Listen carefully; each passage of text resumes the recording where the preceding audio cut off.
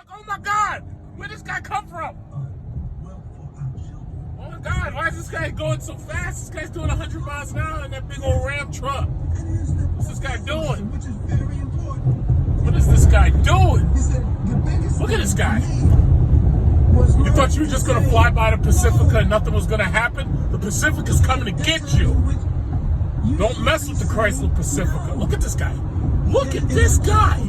Look at this guy. Look at this guy. KEM 6080 New York plate. What's this guy doing? Yeah, that's right. Smile for the camera, jerk off. No, from a financial standpoint, to a teammate. Where you go? Where you go? Where you go? He was discussing saying no. Where you go? Mama. Where's that guy? Yeah, he said, oh my God. The guy's like, I saw him behind me speeding, and then he got up behind me, he scared me with the big old Ram truck. It's like, what's that guy doing? In the criminal justice system, street racing offenses are considered especially heinous. In New York City, the dedicated detectives who investigate these felonies are members of an elite squad known as the Street Racing Prevention Unit. These are their stories. Jesus Christ. Okay, I guess we can calm down now. Then it became very easy. Because, again, he has a buffer. My first stance is... This is just me on my normal Saturday morning listening to CPA Lou Hutt giving out, free tax advice, considering the fact that Trump is playing games with Social Security and the payroll tax deduction and whatnot. So that's just my usual listening material. Now I could be on XM Hip Hop listening to somebody talking about big booty hoes and guns and drugs and whatnot, but I prefer to listen to CPA information so that this way, I can have high credit scores and, drive nice cars without having to sell drugs for them. Things like that, It's always good to listen to intelligent people, What really struck me also about him is he said, the data is clear. Black patients overall have better outcomes when they get treatment from black doctors. I would imagine so. Makes all the sense in the world. Thirdly, or secondly, give Robert Smith credit. Billionaire, philanthropist, paid for the tuition of Morehouse graduates. Listen, so ladies and gentlemen, so I'm on my way to my house in Queens. I'm gonna do some more home improvement in there. I'm gonna be taking a couple of things from Home Depot there. So some people ask me, oh, why are you driving a minivan? It's because this thing is cheaper to have than a truck on a daily basis when you're going back and forth. So it's like I tell you, minivans are really good for doing home improvement work. They're really, really good. Because the thing about it is they have a nice space inside. They have a flat floor. They're covered. Because I think some of you followed me when I first bought the house. I rented a Ford F-250 from Home Depot. I think it was like $19 an hour. This minivan is actually cheap to operate. The only thing I would need the truck for is if I was carrying tiles or if I was carrying very, very heavy things. Then I would definitely rent a truck. I'm damn sure I'm not putting this shit in my car, or the back of my Jeep certainly doesn't have that much space, but I certainly wouldn't risk damaging my springs or shocks or anything. You should never use your car to do home improvement work, not unless you have a pickup truck or unless you have a minivan. Minivans are great for it, especially if you're carrying a lot of light stuff and you just need the extra space. All you do is fold the seats down and you go to work. Oh, look at that car. Got the antique right there. Yeah, so we're almost there. All of these damn houses here in Queens, man, the appreciation value is disgusting. I bought that place at $250. That shit is worth $600,000. It doesn't make no damn sense. I'm gonna take you on more open houses because I plan on getting another house. I'm gonna take you on more open houses the next time I see one. And we're gonna look and see how shitty New York real estate actually is, because it's really shitty. Oh, what's this? Look at this guy. This guy's got that Blue Lives Matter fascist shit in the back of his car. I don't know if he's a cop or what. He's driving a Chevy Malibu. Anyway, whatever. Guy slowly creeping up on people like he saw somebody speeding or something. What's going on? 392 right here. But I just stopped by because I wanted to see that beautiful yellow Corvette in there. Look at that yellow Corvette. Let's go see it, what they want for it. I bet it's something stupid. Hi. How much do they want for this? It's already sold? How? Damn. It didn't even make the floor, and they put 30,000 over it. 30,000 over sticker. Wow. And that's on my This is the first one I've seen in yellow. This was my favorite color. Wow. We had the white. I sold the white one at 25 over. We had a red one at 25 over. This is a 2020, right? Yes, that's the mid-end. No, I know. My friend bought the red one. Oh yeah, so you know. Oh yeah. There you go. You know the story. Yeah. And this one.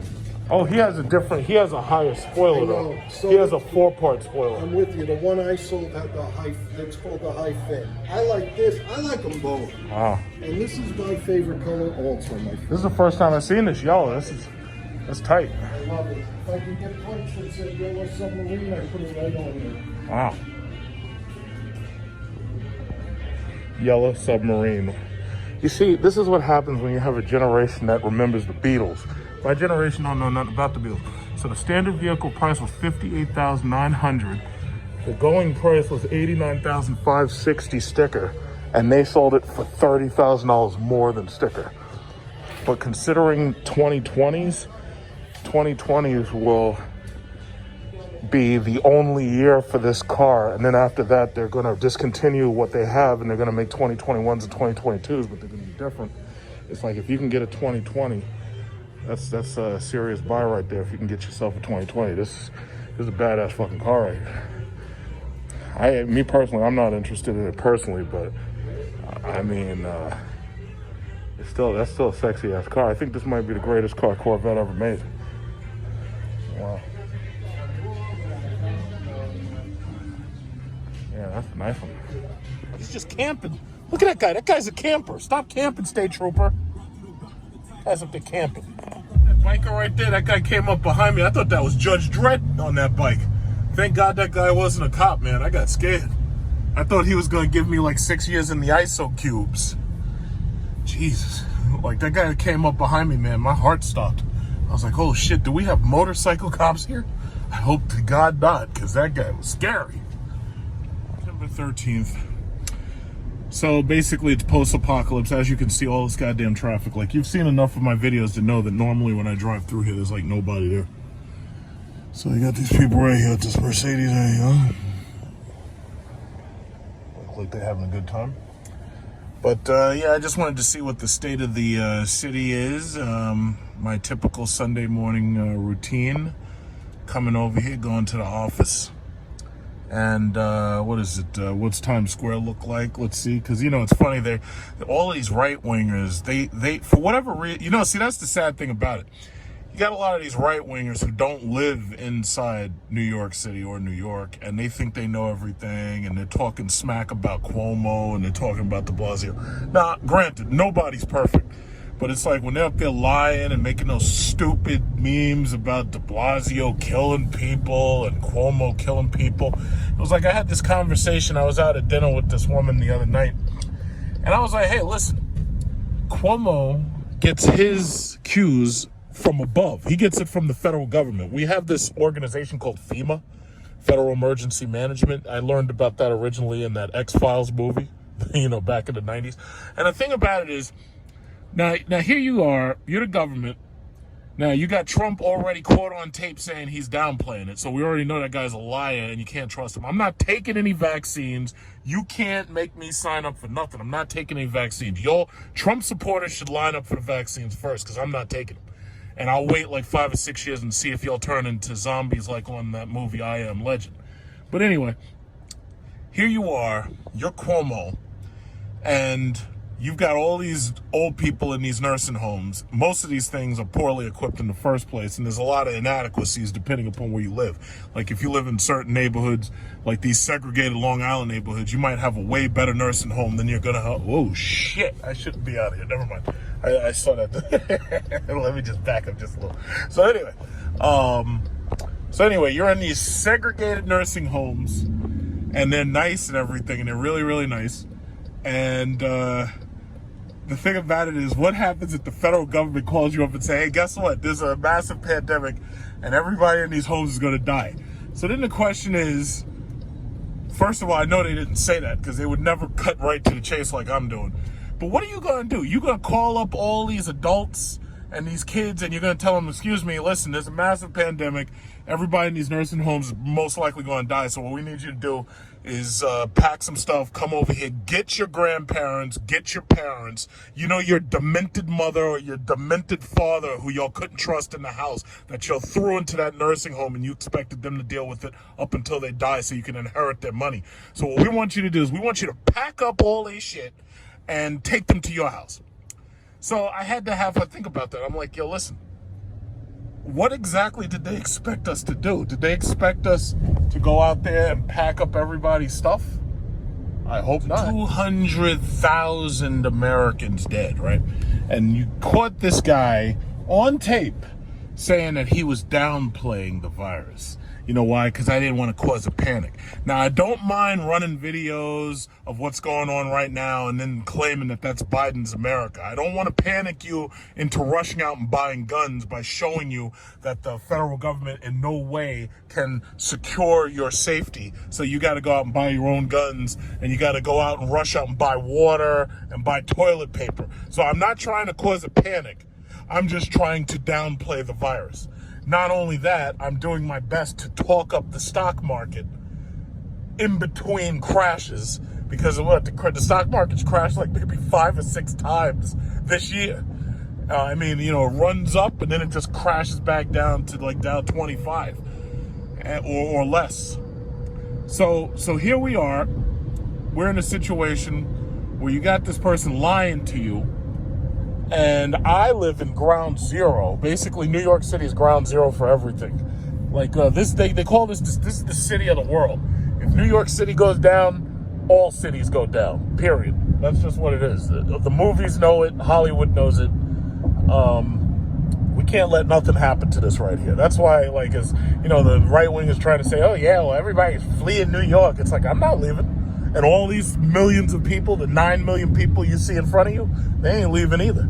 I got more people in a square mile than you've got in most of your states. North Dakota, South Dakota, Alaska, West Virginia. Most of y'all got less than 700 million. Wait, 700 million? I'm sorry, 700,000. Y'all don't know nothing about no 700 million. That's China. That's India, my fault. But these people up there talking all that smack, these right-wing talk, echo chambers about de Blasio. De Blasio don't give a goddamn about you. He ain't got no race to run. Once his tenure's over, he's gone. And he don't give a shit what you think. And I don't, you know, as far as Cuomo goes, it's like Cuomo has been more presidential than Trump has. You wouldn't know it because you don't see like New York television, New York news. You just see that Fox News garbage and that right-wing talk trash. That's what you see. But I'll tell you one thing, they can lie all they want, but I keep bringing it up. And the thing about it is I can do live videos and whatnot, and I can show you these people ain't going nowhere, okay? So the few people that you do hear about who are leaving, well, a lot of them are disaffected Trump supporters who already know that, right? You see what you're looking at right here, New York City? We control New York State. New York State is Trump's state, and it will never go to Trump because we control it. I don't care how you feel about it. This right here, all of you see her right there. She controls New York State elections right there. You see this guy on this stupid scooter? These ugly scooters, these silly things. He controls New York State elections. I don't care how you feel about it. Don't care. Trump will never get New York State, ever. Period. See these people? They control New York State. So right here, we've got 9 million votes right here that control an entire state. How about that? So the right wing is just mad. So, you know, the Long Islanders who live in those little segregated echo chambers out there, who you see on these videos with the Trump hats and everything. It's like, listen, if they don't like it, they can pack this stuff and move to Ohio. okay? The guys out in Staten Island with their little Trump truck, when I get off the bridge and they got the Trump truck parked there with the little hats, I want you to count how many red Trump hats you see right here. Joy Villa might feel like she can just throw on some Trump outfits and walk through New York City, but let me tell you something. It ain't like that. It ain't like that. Not here. You know, so Trump will never get New York State. So all the other states he can get. You see her right there? She controls New York City elections right there. That's why she doesn't care. She doesn't care. All she got to do is show up and vote. That's it. And that's it. So the people out in Staten Island and Long Island, it's like I pull up the electoral maps a couple of times, and when you see the obvious divide, you know, you can learn a lot just by looking at the demographics of a map, you know, especially if you're looking at electoral maps. And you know what they're mad about? They're mad that California is so expensive that it's taxing people out of the state, and those people are moving to Texas, Oregon, and Washington.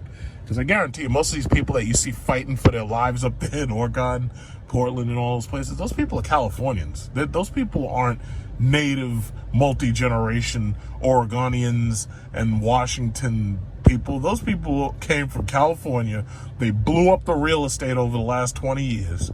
And now they're doing the same thing to Texas. They're doing the exact same thing to Denver, Colorado. You see this lady right here?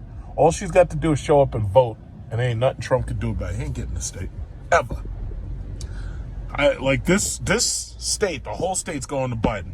And that's assured. It's like 100% certain. Biden-Harris. Oh, God. Is this one of those thin blue line fascist bumper stick? Yeah, it is. Yeah, I can tell. He's got all that blue tape on there as if the cops won't pull him out of that car. Just in NYC, huh? Yeah, okay. Yeah, but see, these people, they make themselves so obvious, you know? It's sad. But, yeah, you know what? He can worship fascism all he wants, but I'll tell you this state ain't going to Trump, though. No matter what happens, it ain't going to Trump. How about that?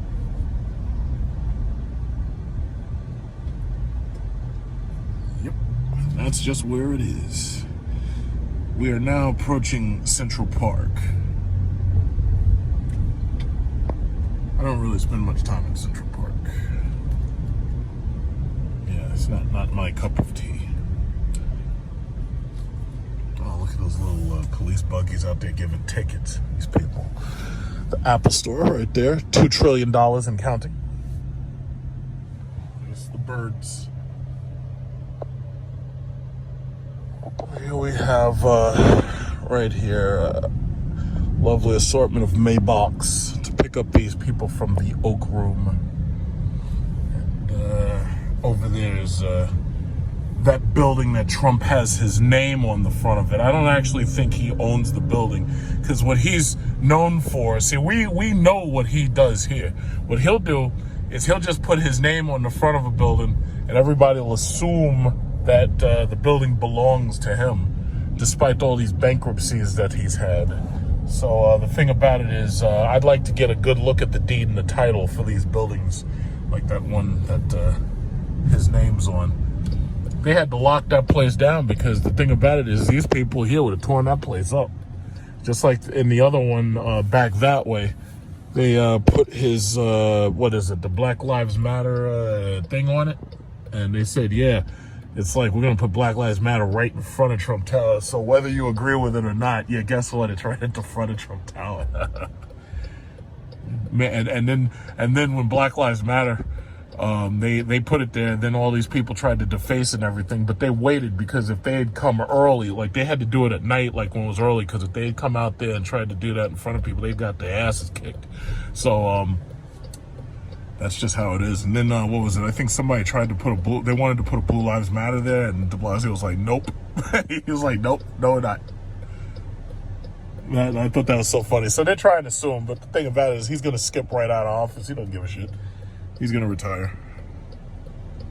Yeah. So listen, it's like, hey, if these people want politics to be really, really poisonous, then that's just what it'll be. But we're ready.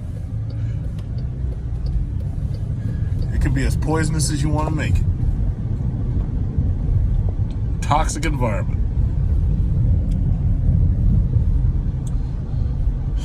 Apparently skating half naked is like a common thing here. I don't know what that's about. Carnegie Hall, of course. Yeah.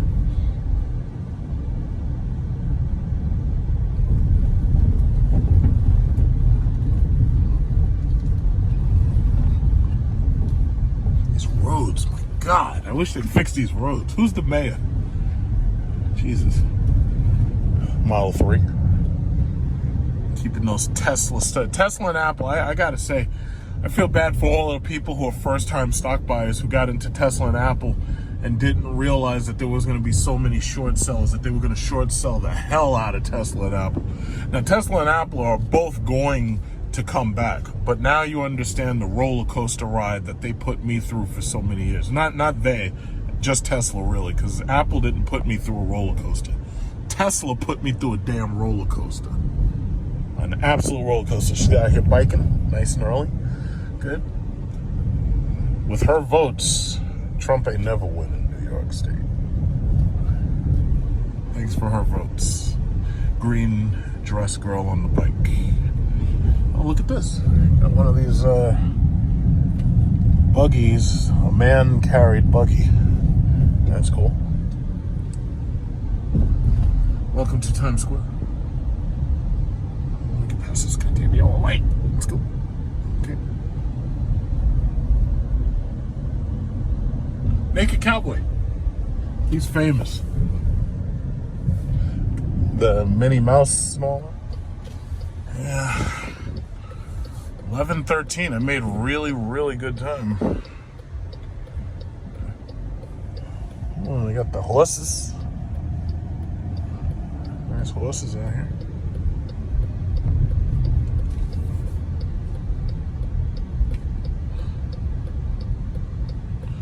We got more costumes. Got Spider-Man, Luigi. These guys. I wonder who started that whole thing about having characters out here. I wonder who started that whole idea. Girl with the green bike caught right up to me too. See, the thing about it is the cars have to stay at 25 miles per hour because of these damn street signs. But the rest of us, like bicyclists and people on these powered skateboards, they're able to basically drive as fast as they want, or as fast as they can for the most part. The speeding limit only really applies to the cars. It doesn't apply to, man-powered machines. We got these gyro foods right here. We got halal meat. It's always nice. We got some great lamb salad with rice.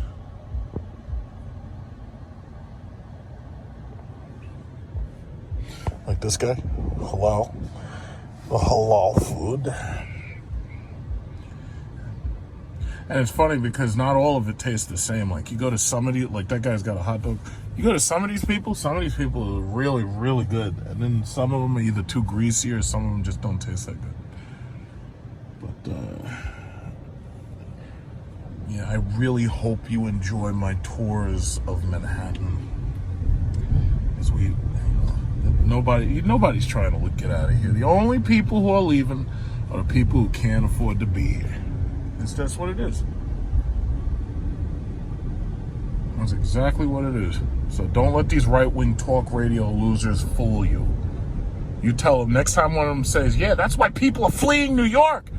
Tell them, well, there's a guy on YouTube named Big Truck, and he said that the only people leaving are disaffected Trump supporters and people who just can't afford to be here.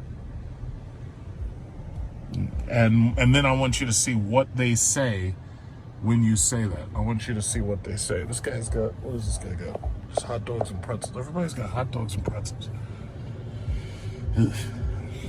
Yeah, so when next time you, somebody's speeding. Yeah, next time you hear one of these right-wingers say that, I want you to tell them I said that that's not true. And then let's see what they say. Tell them every tourist in the world, because you can see these people right here are obvious tourists. Those people are obvious. I could look at them and I could tell based on their genetics that them people don't belong here. Those are tourists. So I want you to tell those right-wing talk losers, I want you to say, yeah, you know what? New York's the biggest tourist location in the universe. And on top of that, nobody who's here is trying to leave. Everybody's trying to stay. They can't figure out, the SS. Everybody's trying to figure out how to afford to stay, but nobody's trying to leave. I want you to tell them I said that. See what they say after that. It's important to speak with authority. Uh-oh, what's this? I'm not allowed to go over there. I have to stay here, but they've got this whole thing like locked off. All right, well, just take it nice and slow, nice and easy.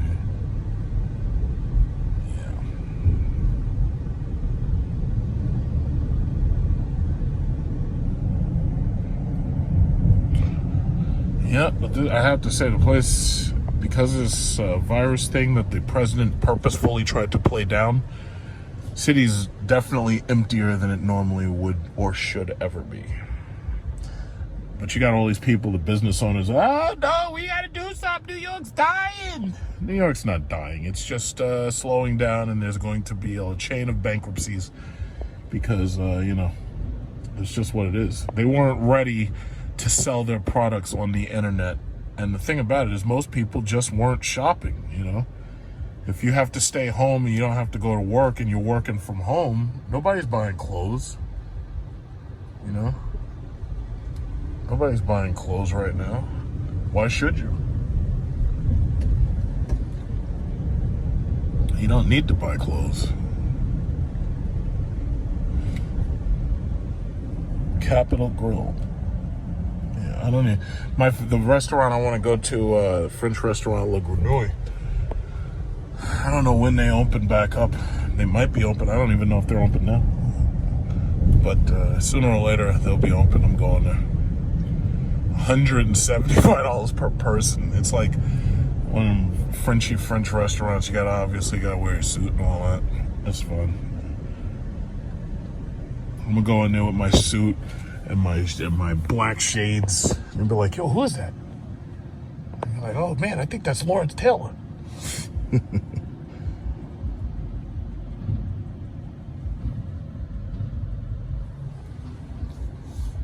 Refrigerator Perry.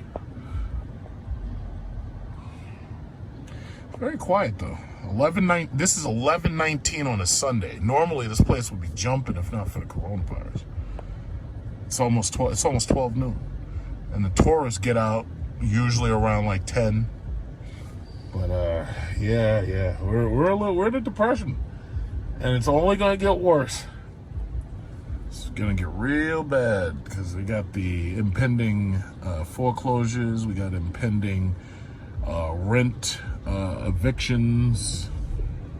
It's gonna get bad. It's gonna get real bad. Look at this Jeep. Oh man, look at that Jeep, man. Somebody hit that Jeep pretty damn hard. Look at that. Look at this lady here driving around looking to give people tickets.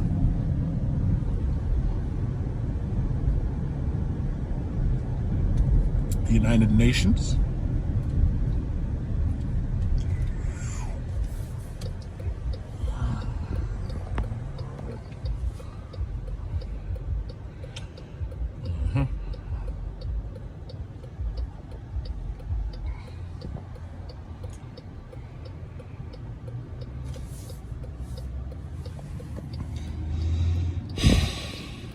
They're trying to get rid of plastic straws. Let me tell you, I love plastic straws. What they need to do is they need to figure out a way to make like straws out of like really thin plant material. Because I think you can make straws out of like bamboo, but I don't know how the processing.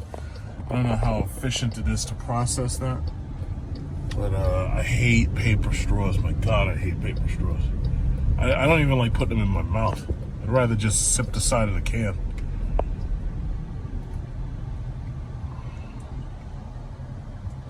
Man, I haven't seen the UN open in such a long time. It's a shame that everything's like locked down. I haven't seen this place open in so long. Oh, well, people can go in there. It's just that like there's no things. Like there's no, international meetings. There's no war crimes tribunals or anything. It's like there's nothing exciting. That's one thing I like doing when I'm in another country. I like going to the embassies and the consulates of America. Usually there's something going on. It's like right now there's like nothing going on except like the WHO trying to figure out how to stop these people from dying. Oh, stop! Oh, you gonna get in trouble? That bus probably the buses here take photo. If you go in this red area, the buses can take photos of your car. And if they take a photo of your car, you get a ticket in the mail. You see how it says city speed limit and it says bus lanes photo enforced? Yeah, the buses have freaking cameras on them and they take photos of the back of your car. And you get a ticket in the mail if the bus driver takes photos of your car. Look at this. This is an X6M. Yeah, nice color. 351. That looks like a consulate right there. But I don't know whose flag that was. Usually I'm pretty good with flags, but that one I haven't seen. There's a seashell on it or something. All right. Well, I can always check the map. That Corvette C7 right here. It's like, hey buddy, it's time to get the C8, bro. It's time to get the C8. You're a little slow. A little bit slow in that C7. You're just a little bit slow. A little too slow. Just a little too slow. That's kind of messed up. You pay $100,000 for a Corvette only to get annihilated in a race by a Tesla. Like a Model 3 or a Model S. So I tell you, that Model 3 and that Model S, that makes me look at street racing a whole lot different. So that's the thing. Those cars will annihilate you. It's like you could have a Bugatti, it wouldn't matter. The shorter those races are, the more you lose.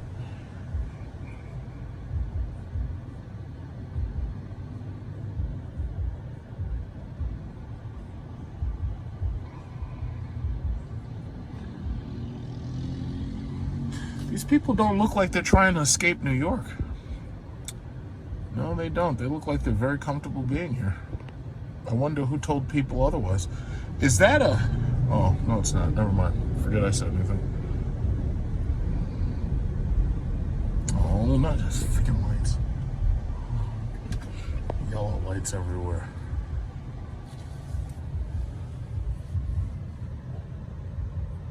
Bentiaga in white.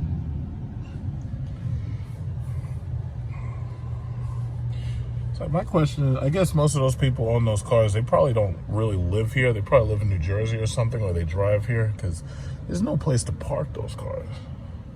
Like when you have really nice cars, there's no place to park them here. I mean, look at this. They tore up this entire side of the street.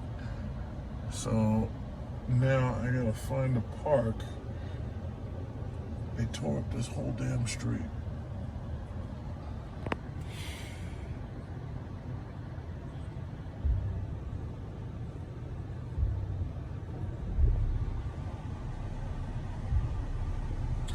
Oh, this is 2nd Avenue. Right. We got a Whole Foods over here. I haven't actually been into a Whole Foods. I've heard it's very expensive. I've heard it's very expensive.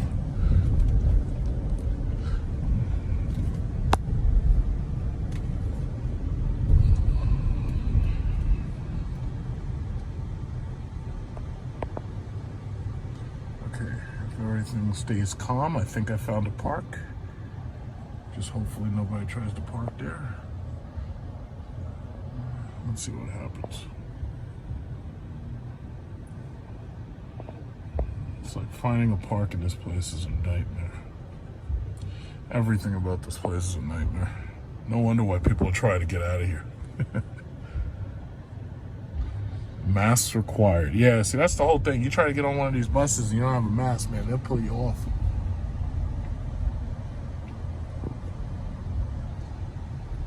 Let's see, there's no parking there. This looks like there's a park there, but I can't be sure. Ooh, Jesus. Let's see what happens. Damn. I'm gonna keep looking, go around. Well, at least the traffic's not as bad as it was just last time. In fact, I might be able to park over here, because see, it's Sunday, so the meters are suspended.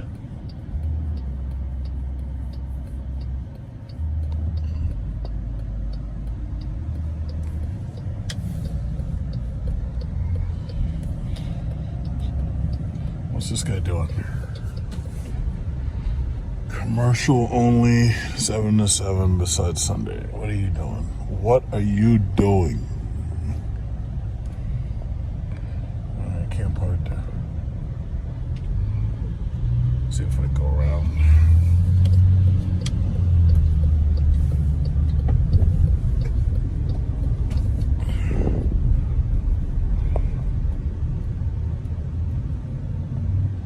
Wait a minute, this guy. I should get in front of this guy, because this guy is like slowing down looking for parks and stuff. He's gonna make me stop at the light. What are you doing? Let's go. Oh, I can park right here, but I really don't want to be that, you know?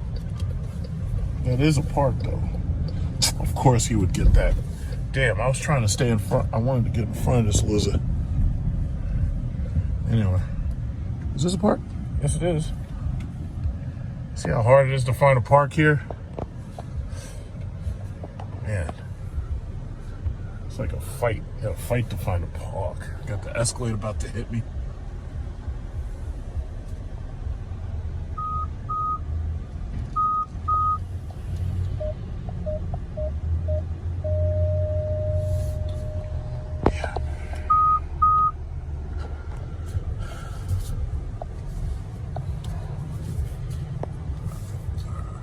So I've got more than enough space.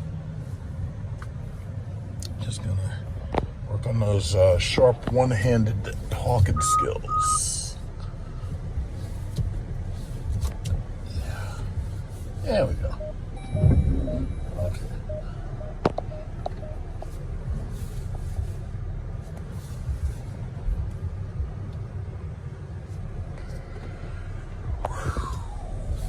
And we're in.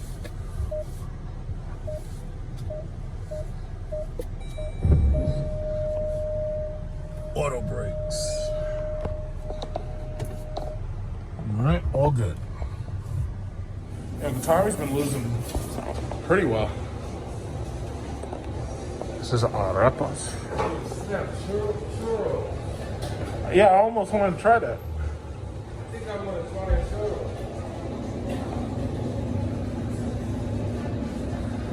Yeah, good stuff. Hey guys, bring me to a truck. I don't know, I've never seen tow trucks have a fucking parade before. They must have come get this stupid Lexus that's parked next to this fire hydrant. Hey, wait, why is he getting that? I guess he's locking up a Lexus. I don't know.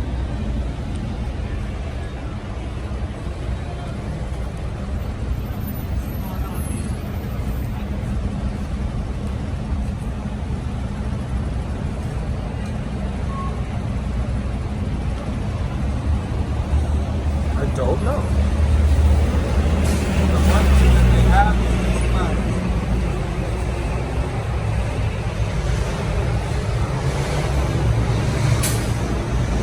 Man, that tow truck right there can get a bus. Oh yeah. I've never seen tow trucks having a parade. I've never seen it. That's different.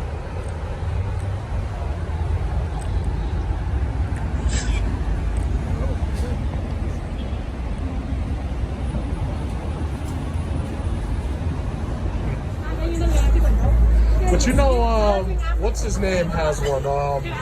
What is it? Cloud9 Exotics. They got a white one.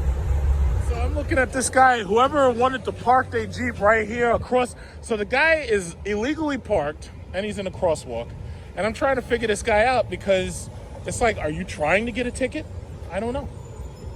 I just don't know. Because you know, if they come here, you getting a ticket. And you won't even have time. They scan that license. That's it. But he has, I love the blacked out roof. And the thing about it is you can black out a roof by a third party. You don't have to buy it like that. You can always get it. But this is a 14 or 2015. It's got the black roof and it's a regular white SRT Jeep. But it's a 2014, 2015 because I looked at the front lights. Yeah, that's a nice freaking Jeep though. And I don't really like white, but it's nice. I'm just glad it wasn't one of them goddamn limited X's without the cooled seats. Gotta have heating cooled seats. Well, I'm gonna walk out into the street and do a quick walk around. So I'm waiting for the guy. Oh no, I'm coming right with you. I'm coming right with you.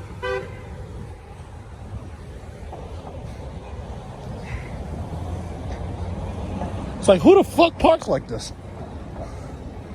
Yeah, he's gonna see himself. He's gonna be like, yeah, thanks for watching my car so I don't get a ticket. Okay. He's got this really wide tire stance.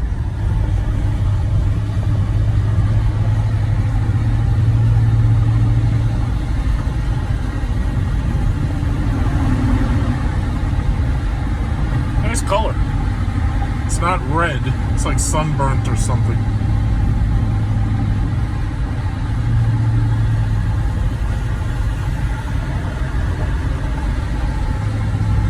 Guy trying to fuck. Yeah, listen. Yeah. If you want to go around me, you don't understand. It's like, yeah, just go around. Just go around. Keep going. Yeah, keep going. You're on the show. Thank you. You'll be on the next show, Turkey. Just get out of here. This guy, he's up there looking at me with his slack-jawed look. Like, whoa, what's he doing with that remote camera in his hand? Slack-jawed freak. He must be a Trump supporter. Jesus Christ. Slack-jawed yokels. It's like, how we in New York, bro. Like, why you got your jaw slack-jawed and you're up there chewing on tobacco or something? Like, what do you think you are? This is not Louisiana. So get the hell out of here. Anyway. I wanted to see his wheels. So I'm trying to figure out, like, why are they so wide like that? What kind of wheels are those? Uh-oh, nope, stop. Everybody stop. Stop. Everybody stop. Oh, those are Ram truck wheels. Those are those SRT. No, those aren't even SRT wheels. Those are those big Ram truck wheels. I was trying to figure out why that thing looks so wide and why it was so high off the ground too. Most people lower it. Anyway. Right here, this guy got this camera. He's up here driving all aggressively, pushing up on people. He got the SE. Oh my God, look at this. He's up there speeding with the camera. He's up there doing, what is this guy's doing, like 80 miles an hour? What's this guy doing? He's up there bobbing and weaving through traffic like that Camry's an old cat. It's like, what is this guy doing? What is it with this guy? Look at this guy. Street racing SRT prevention to the rescue. What is this guy doing? Look at this guy. Up there rolling all over people's bumpers and everything. What's this guy doing? I don't know what it is about this quarantine, but it's just brought the worst out in people. I don't know what it is. Oh, whoa, look at this guy. Look at this guy. Look at this guy. Where you going? Where you going? You got 3 things there. What are you going to do? You going to go into the weeds? Slow down. Speed. Where you speed? Where you speed? Where you go? You ain't going nowhere. It's traffic, man. I swear to God, this traffic. This traffic is just hilarious. I tell you. Never fails. There's always somebody who's just standing out for no good reason whatsoever. It's just ridiculous. Trans Am. These people really think this way. It's not always that they just hand me something and say, yeah, we really think this way. Look at the major metropolitan cities where they've said we cannot have any limits on government. Yeah, just listening to my typical right-wing talk bullshit this morning. Be open to solve every problem, all problems. This guy right here has a Jeep SRT. And when he saw me, the guy sped right up to me. I have to say, black, I love the black, but my problem is it's so dirty because it's got the dust all the time. He's got the sepia interior. I'm sorry, I'm impartial to silver basically. I can't do black, and I can't do any other color that gets dirty quick. I just can't do it. Hey, you know what? To each his own. Such a really nice truck, that Jeep SRT. And that's looks like a regular 17, 18 model. Either it's a 17 or an 18. But really, really great truck. Just dominates traffic. Just dominates traffic. I love that. Jeep SRT. Not the Chevy Snail Blazer like this one. You see where it says SS? SS on the side? That means super slow. Nobody wants the Chevy Snail Blazer. Those are boring. We don't want those at all. So anyway, I'm on my way, talking about slow cars, I'm on my way to Toyota. They have a brand new Toyota Venza. I originally thought they were going to discontinue the Venza because ultimately when the thing first came out, the problem was most people didn't have credit good enough to simply afford it over a typical Camry. So what ended up happening was they were selling so many more Camrys compared to the Venza that they said they were going to discontinue the Venza. And the same exact funny thing happened with the Honda Accord. Now, both of these cars were around during like the financial crisis, like between 2006 and 2009. So the Honda Accord was outselling the Honda Cross Tour. And what's, I think, ironic about it is as much as I hate those little Japanese Econo boxes, I do understand that the market itself loves them. And I also understand that they're not going anywhere. They're going to be around for a long time.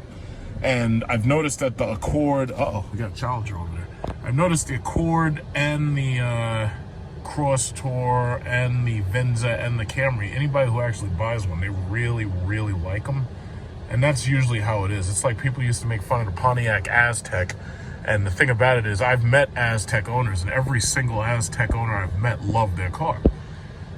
My thing was I actually liked the Venza and I liked the Cross Tour more than I liked the Accord and the Camry. When it comes right down to it, I actually like the Camry more than the Accord because the Camry's like a bigger car and it feels a little bit more luxurious. The Honda just feels cheap. I hate Honda. But I think all in all, if I had to make a horrifying choice like that, if I had to buy one of those crappy Econo boxes, I'd probably, that's a Hellcat. Look at that. Look at that. Look at this guy. Look at it. Oh, snap, it's a woman. Oh my goodness. We've got female equality pushing here. Oh my God, that woman got the Hellcat. She got the silver Hellcat with the 2016 wheels. Oh my God. So anyway, where was I? I was saying something. What was I saying? I was saying if I had to choose, I'd rather have a Hyundai because I actually like Hyundai's interiors. I like their exterior style more. So if I had to choose an Econo box, yeah, I'd definitely choose a Hyundai over these ugly. Look at these things. These things are so ugly. There's that Rogue. That's the official car of the cheating single mom. And then this right here is the Lexus.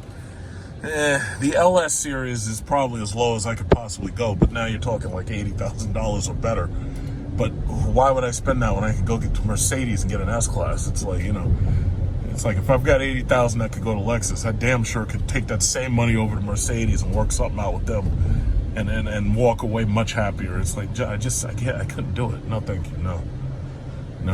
Nope. I got a RAV4 right here. Look at these ugly cars. Look at this thing. These things are so ugly. Econo boxes. Ugh. But that's just what they, people, I don't know. People were buying them just to buy them. I guess they accept that style. I can't accept it. They're so ugly. They're just so ugly. Ugh. They making fun of Dodge Chrysler cars. They call them boats and everything. Yeah, but my boat will drag race your shit.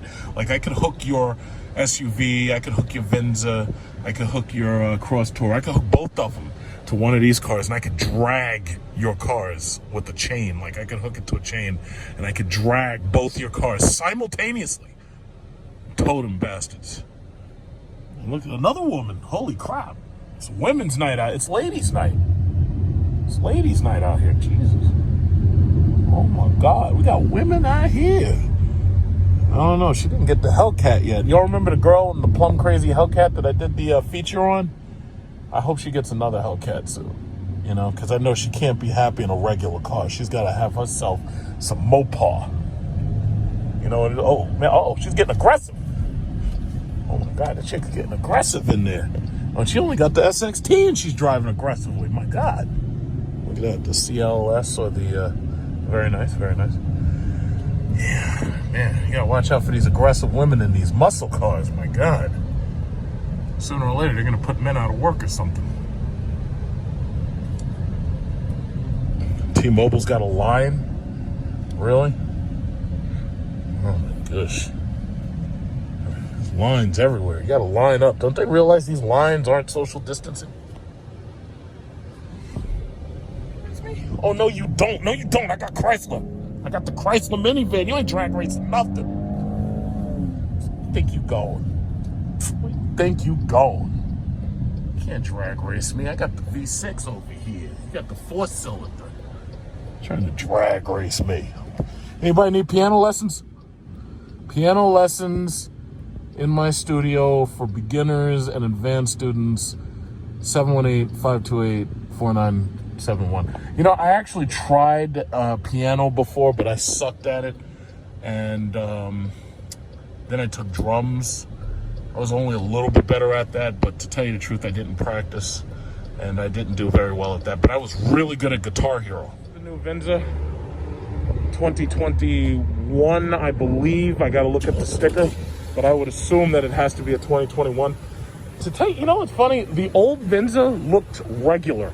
And what I think is so funny about the car industry is back in 2008, 2009, around that time, what I think is so funny about the car industry is that's when we actually had the Dodge Magnum, right? The car companies started slashing products because they were trying to, I guess, make themselves look more profitable on paper, right? And they got rid of the Dodge Magnum.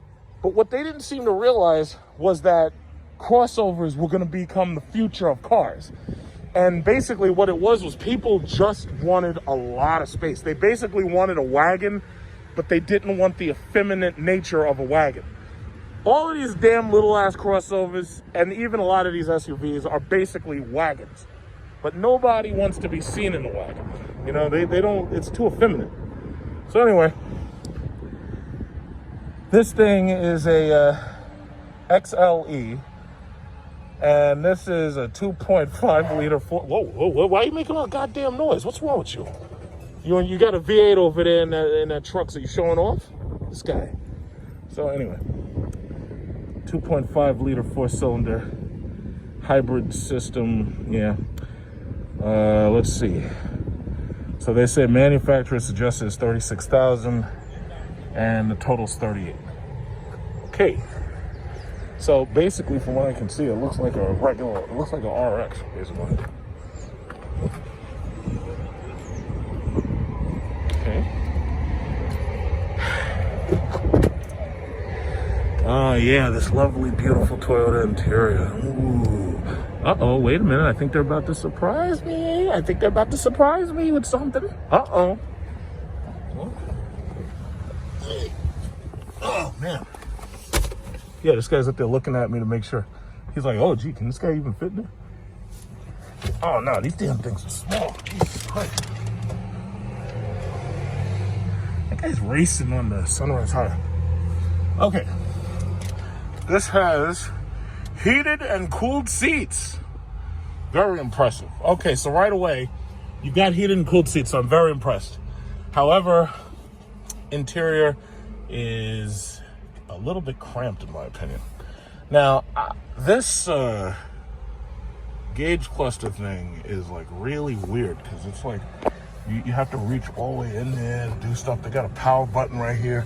It feels like you're massaging the bull on Wall Street. That's what it feels like. Look at this. Look at this. You can reach behind the power button. What? Like, whose idea was this? Like, you ever seen people take photos with the Wall Street bull? It looks like you're massaging the bull right here. That's no bueno. Okay. So we got heated and cooled seats. So already, okay, I'm a little happy. I'm not gonna say I'm not happy about that because everybody already knows if If I don't see them heated, cooled seats, we got a problem. Okay, so what else we got? I'm not sure. HVAC system. This thing is very tight though. The last Venza actually feels like it offered more driver and passenger space, but this thing feels very, very tight in here. Feels very, very, very, very, very tight. And then we got memory seats. Okay. It's definitely, this is like everything I've come to expect from your typical Econobox. They got EV mode right there. Got the drive modes and whatnot. Man, a lot of people making a lot of noise today. I don't know what that's about. It's got this full rim mirror right here. That's cute. Passenger airbag, typical safety features, door lights and chimes and whatnot. But I have to say, the inside of this thing isn't really as big as I expected. The old Toyota Venza, I really believe was more spacious than this. It's as if they reduced the size considerably. It looks, I'll say, you know what this feels like? It kind of is a lot like, let's say, a cheaper version of a Lexus RX. That's what this is like to me. It's like a cheaper version of that RX Lexus. So they got heated seats. They got the high beam button and the StabiliTrak and whatnot. It looks like we've got USB. We got USB. We got dual USB ports. Now those are yellow USB. Is that yellow? Yeah. Looks like that's yellow. So we got yellow USB ports, and it looks like a headphone or auxiliary jack. Okay. So that's good. And what I got here? Anything here? We got a cigarette lighter adapter right there. I have to say, I do like the way that they just put this there and they separate it so that the passenger has access to it and the driver has access to it easily. So I really that's a good design decision. I like that. But let's see, other than that, typical touchscreen placement like a BMW. Everybody's putting them out as high as possible. You know, it's very straightforward. I think they said, what is it? I think they said typically if these things are loaded, the price difference between this and a loaded RAV4 is about $3,000 to $4,000. That's what I heard. So, hey, so I just fired up the Venza. In fact, let me just do that again so you can hear it. I want you to hear this thing when I fire it up, okay? Damn thing is dead silent. It's dead silent. There is no sound. No sound whatsoever. It says ready. Okay, let's fire up that cooled seat because you know I have to have that. And okay, this car is dead silent. I mean, when I say dead silent, I mean it's dead silent. We're gonna get it out on the road. Wow. Now I'll tell you what. I think I'd rather have this than a RAV4, honestly. But this thing is dead silent. Dead silent. You hear nothing. In fact, I'm starting to think that if this thing has like electric style motors or something, it probably accelerates pretty decently from a dig. Let's see. Where can I go? 0 to 60. Wow, Jesus. Woo. Okay. So this is just brand new. This is just in brand new little Venza, new Venza 2021. And this is the near future, I guess you could say, of Toyota. Now, I've seen some Toyota Camrys that had like red seats inside. You know, it was like everybody's trying to be like Mopar now. But I've seen some, red seats in these Camrys. I guess that must be a special edition or something. They look pretty cool. But I think colors would definitely liven this up a little. There's no moonroof in here, and I don't know what their moonroof system looks like. Like maybe it's a panoramic roof or whatnot. I really don't know. So we'll see what that ultimately looks like. As far as the map, they don't have the navigation app installed, so they can't use that. All of these things should be coming standard with navigation. But what do we got here? let's see, we got miles per gallon and whatnot. It looks like we've got an infotainment system here. Okay, so it's got lane keeping, collision avoidance. It has cross traffic. As you can see right there, it's got cross traffic. It has the parking on and off switch so that if you're backing up, you don't get that excessive beep constantly. This is the phone system right here for the phone, so you can activate the phone with your left hand. This is the lane avoidance right here. This is the forward collision. So all of those things are basically on this side, along with the cruise control. This is a very, very quiet car. Now, I can't use the radio because YouTube will listen to it, and YouTube will, they will give me a copyright flag. So I don't want any radio at all in this thing. So I'll try to listen to the radio myself a little bit later and see how well that goes. But to tell you the truth, I would probably say, if you're used to driving their hybrids, then you're used to having a dead silent car. So my question is, okay, well, how does the road noise feel? Or how does the road noise sound? Because I will say this so far, I don't know how the highway traffic noise sounds, but I'll try to get it up to speed.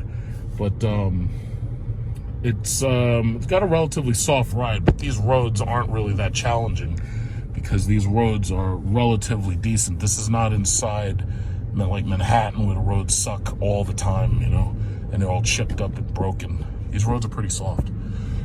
But it's very, very quiet. It's eerily quiet in this thing. Like, you know how they had to make the cars make sound in order to let blind people know that these things are coming? This thing is very, very, very quiet. Now, this guy got near me, and I know there's a couple of collision avoidance systems in here. Well, I guess I might as well let you go, since your car is better than mine, because I have a regular Toyota and you have a Lexus, right? So I guess I got to let you go. But I'll tell you this, if I was in my Mopar, oh, believe me, you would have waited. I'd have never let you go. But because, you know, we're all driving, you know, Toyota products, it's like I'm going to let you go. And that's about it, you know. Okay, so let's see. Air conditioning. Got nice air conditioning here. So we got auto. You can put it in auto. Leave everything to the car to decide. And this has EV mode. So if I push EV mode, it goes into EV mode. You see it says EV mode right there. Like when I push it on, off, on, off. So now it's on. And in EV mode, let's just turn this down just a little. Okay. Uh-oh. EV mode deactivated. Accelerator pressed too far. Okay, so with this EV mode, you can't push the accelerator down too much. Otherwise, it'll go out of EV mode. So you have to be in a certain amount of pedal push to run EV mode. So let's see if I can do that without making people behind me very angry. Okay, EV mode. Uh-oh, EV mode unavailable. Speed range exceeded. So basically, you've got an EV mode that I can't use because it doesn't even allow me to do 30 miles an hour? Really? Okay, well, let's try that again. Let's try that EV mode. First of all, let's turn down this air conditioning just a little. So you push the little fan and drop the fan speed down, even though it's nice and cool in here. Still got my cooled seat right here. If I turn on heated seat, it turns red, but if you turn on cooled seat, it turns green. So I'm gonna turn off the passenger heat seat, I hit EV mode, and let's push that pedal. So if I push the pedal nice and slow, the guy in the GMC behind me will get very angry, because he'll be like, what is this guy in this stupid okay, so 25 miles per hour is the limit of this EV mode. 25 miles per hour. So if you want to roll EV, you damn sure ain't going faster than 25 miles per hour. Well, how about that? Okay, so we have a pre-collision system, huh? Park assist, rear cross at traffic. Okay, so it has a front sensor for this truck. Let's see what happens if I get too close to the truck. Let's see. Anything? Okay, so my Jeep SRT and my Chrysler 300 had those front sensors. And as you can see, as you get close to this truck, it can sense the truck. So you can sense that truck is there. Personally, I think there's a lot of information here. And In my opinion, it's a little bit too much information. It's not as straightforward as Chrysler's system. Got the rear camera. This rear camera is not as nice, I would say, as some of the other cars that I've driven. It's not as clear. It does its job, but I think I've definitely seen nicer ones, especially on my Jeep Grand Cherokee SRT. Definitely. Okay, I hear rubbing because I'm on the lane. So it's got lane keeping assist, and you could probably hear that if I roll the lane. You hear it? Watch that. You hear it? You hear it? You hear that? Okay, so I'll do it again because there's a car right here. There's an Audi. Okay, so go around that Audi. Okay, let's. Oh, we got the T1000 in the back Mack truck. He's trying to hit me. He's trying to kill John Connor. The Mack truck up here with the T1000, and he's up there trying to run John Connor down because he's driving around in a slow-ass Toyota. Oh, man. I swear to God, you have to have a very active imagination in order to make Econo boxes exciting. You really do. But fortunately, I have that imagination. Okay, what else do we have? What else do you have for us? So you can control the radio right here. And there's also a voice control button. Driving supports. Okay, why not? Look at that. That's a Trailhawk right there. Okay, it goes into EV mode as long as you stay below 25 miles per hour. It'll go into EV mode. Okay, fuel economy. Yeah, it's too early for that because this car basically had like almost no miles on it. It was like basically 8 miles on this car. I just put 2 on it. And I'm gonna get ready to try to turn around. I'm trying to use part of the highway if possible. It's very quiet, very smooth ride. Very, very smooth, very quiet. And not a lot of space in the back, especially if you want to sit behind me. You're not gonna get much space in the back here. You know, for 38, it's no wonder to me the reason why Jeep Grand Cherokee sells so well. Those things for $38,000 or $40,000, those things are huge. You get a lot of space, you get a lot of cargo room. These kids with these bikes. It's like a bike club. It's like the Goonies. Got the Goonies out here. Look at this guy. It's like everybody got a bike out here. Everybody got a bike, and I'm rolling a Toyota Venza 2021. How about that? Okay. Oh yeah. Well, listen. The truck is here too. Don't get mad at me. It detects them. Look at that. It detects the children. So you can actually. So that kid came really close to this car.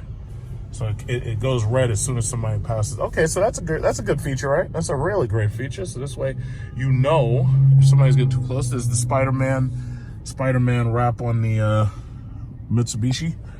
Okay, so yeah, I mean, what else we got over here? We got the mirrors and stuff. We've got 2 settings for husband and wife for memory seats. That's nice. Yeah. All right. Anything else special here? Let's see, menu. We got apps, projection, so you can project your Android and Apple phones to this thing. Very nice, to the screen. Now I'm hearing the engine, because before I really wasn't hearing it that much. This is like a 2-point-something liter 4-cylinder, and you know, it's as small as they pretty much can go for something this big. But if you're an Uber driver, I think you'll appreciate it because you'll probably get a lot of miles to the gallon. So you'll definitely, you'll appreciate that. I can also take it out of EV mode and I can put the drive mode to sport. Okay, we have sport, we have normal, we have eco. Now, I'm gonna put it in sport. And they also, as you can see, they have a charging system right there that tells you when the battery is fully charged from driving it regularly and recharging the battery so that you can go to EV mode and then drive around at speeds below 25 miles per hour. Okay, how about that? Latest 14.1 miles per gallon, range 83 miles. Apps, you got these big buttons for apps. Authorization, notifications, Wi-Fi. Okay. All right. So we have park, hold. What's this? Okay. Yeah, I mean, I'm liking the little cooling I'm getting on my back. Uh-oh, that sport mode is a little bit different now. The sport mode's a little different. How about that? Sport mode's just a little different. Okay, it's a little different, right? Feels a little different in sport mode. It's almost as if we're in on a little secret.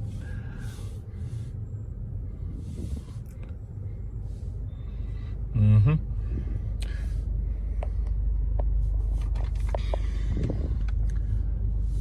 Yeah. A little disappointed that the navigation system isn't part of the damn car. Because it would have been nice to be able to actually use it.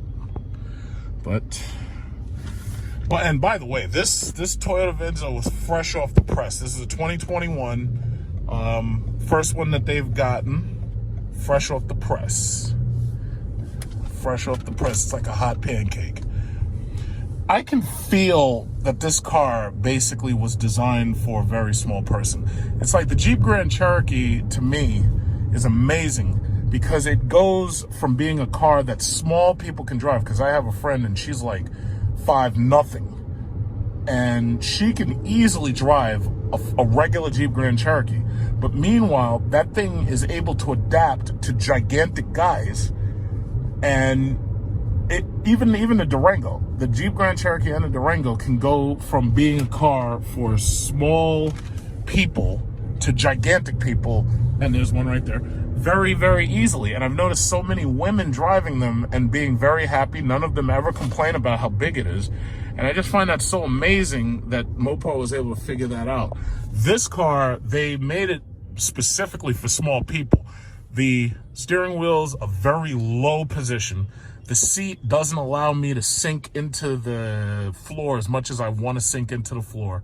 And it's a very high driver's position.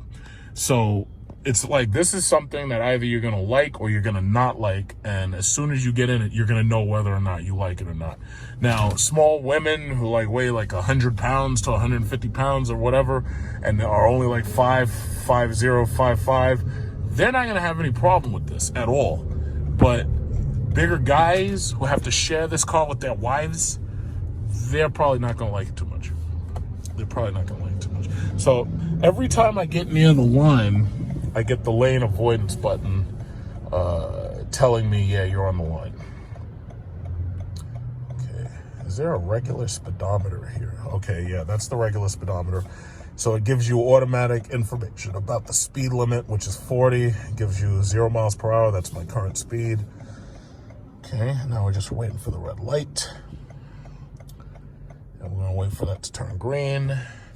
So we got the hazard buttons here. That looks like it's capacitive touch. Oh no, it's not. It's an actual push button. Okay. It looks very, very straightforward. It's like everything you'd expect out of, say, a Camry or, or one of their Highlanders or something. Everything's very, very straightforward. But I will say this driver's cockpit, it feels tight. And I mean, some people, if you're a small person, you won't notice it, but it's like, I just think, and I've driven other economy cars that had this much physical interior space, but it's the way that the cockpit is bunkerized that makes it feel tighter than it really should be, And granted, I'm a big guy, but I've noticed that a lot of these women, even this one right here with that MDX, I've noticed a lot of women are picking big cars.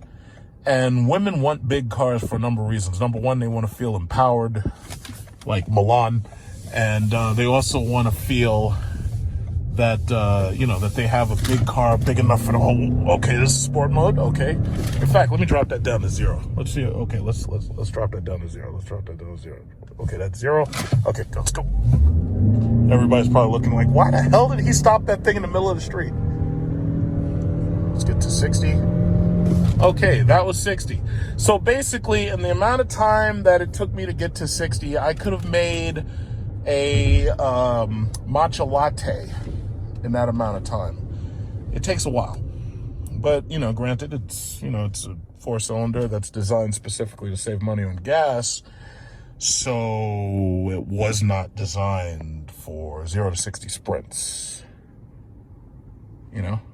Uh-oh, we got a Charger over here. Charger SRT, something exciting. 2019, because he's got those little vents in the front. Got a Charger right here. Finally, an exciting car. Something that actually makes noise. Oh, wow. Silver Charger.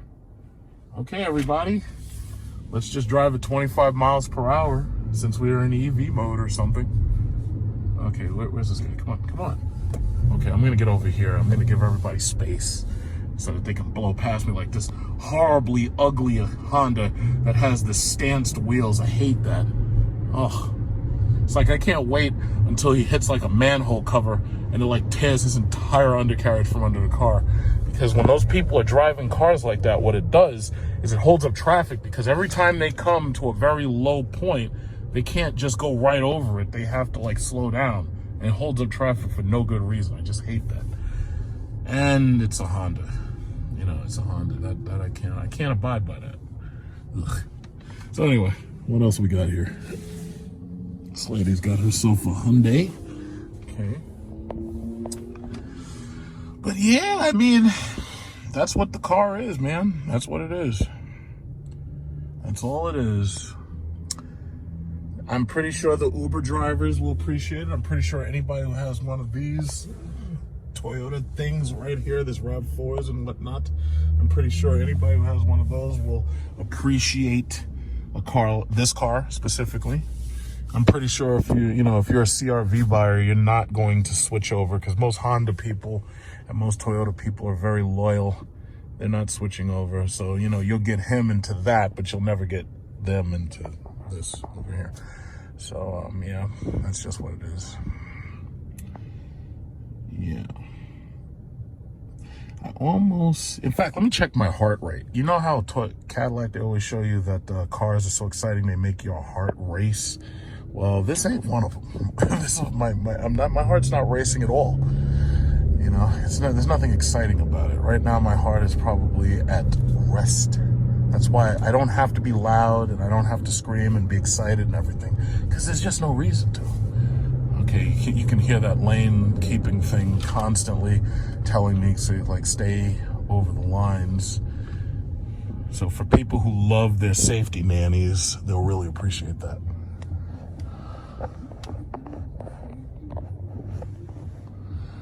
Welcome to New York City traffic. So the beautiful thing about this is I'm first in line, so it's easy for me to do a quick 60 run. Who's blowing? Why are you blowing? I'm here trying to shoot a movie. What's going on with y'all? Jesus. They're blowing at each other. I will say this, another thing, this is a great car for people who want to disappear in traffic and don't ever want anybody looking at them. This is great for that. This is a brand new Venza. Nobody's looking at me at all. Nobody cares. Nobody cares at all. Okay, who goes next? They go. And then after they're finished, then we'll do our quick run to 60. We're in sport mode. We'll do a quick run to 60. You can count how long it takes me to actually get to 60. I think it'll probably come in between maybe a half an hour and maybe a day or something. Okay, I'm about to get the green light. I'm gonna do my...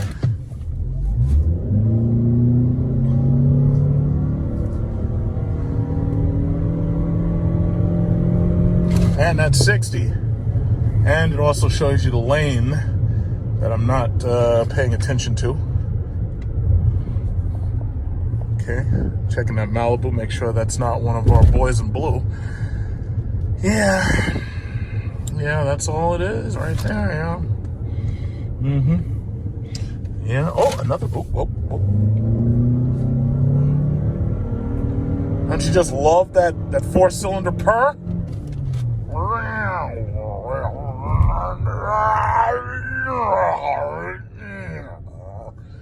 Oh, Jesus Christ. But anyway. Oh, look, we got some runners right here. I'll just slow down so everybody's nice and safe from the impending Venza. Okay. Yeah. Look at this guy with the Toyota. He's got the RAV4. He's going to test me.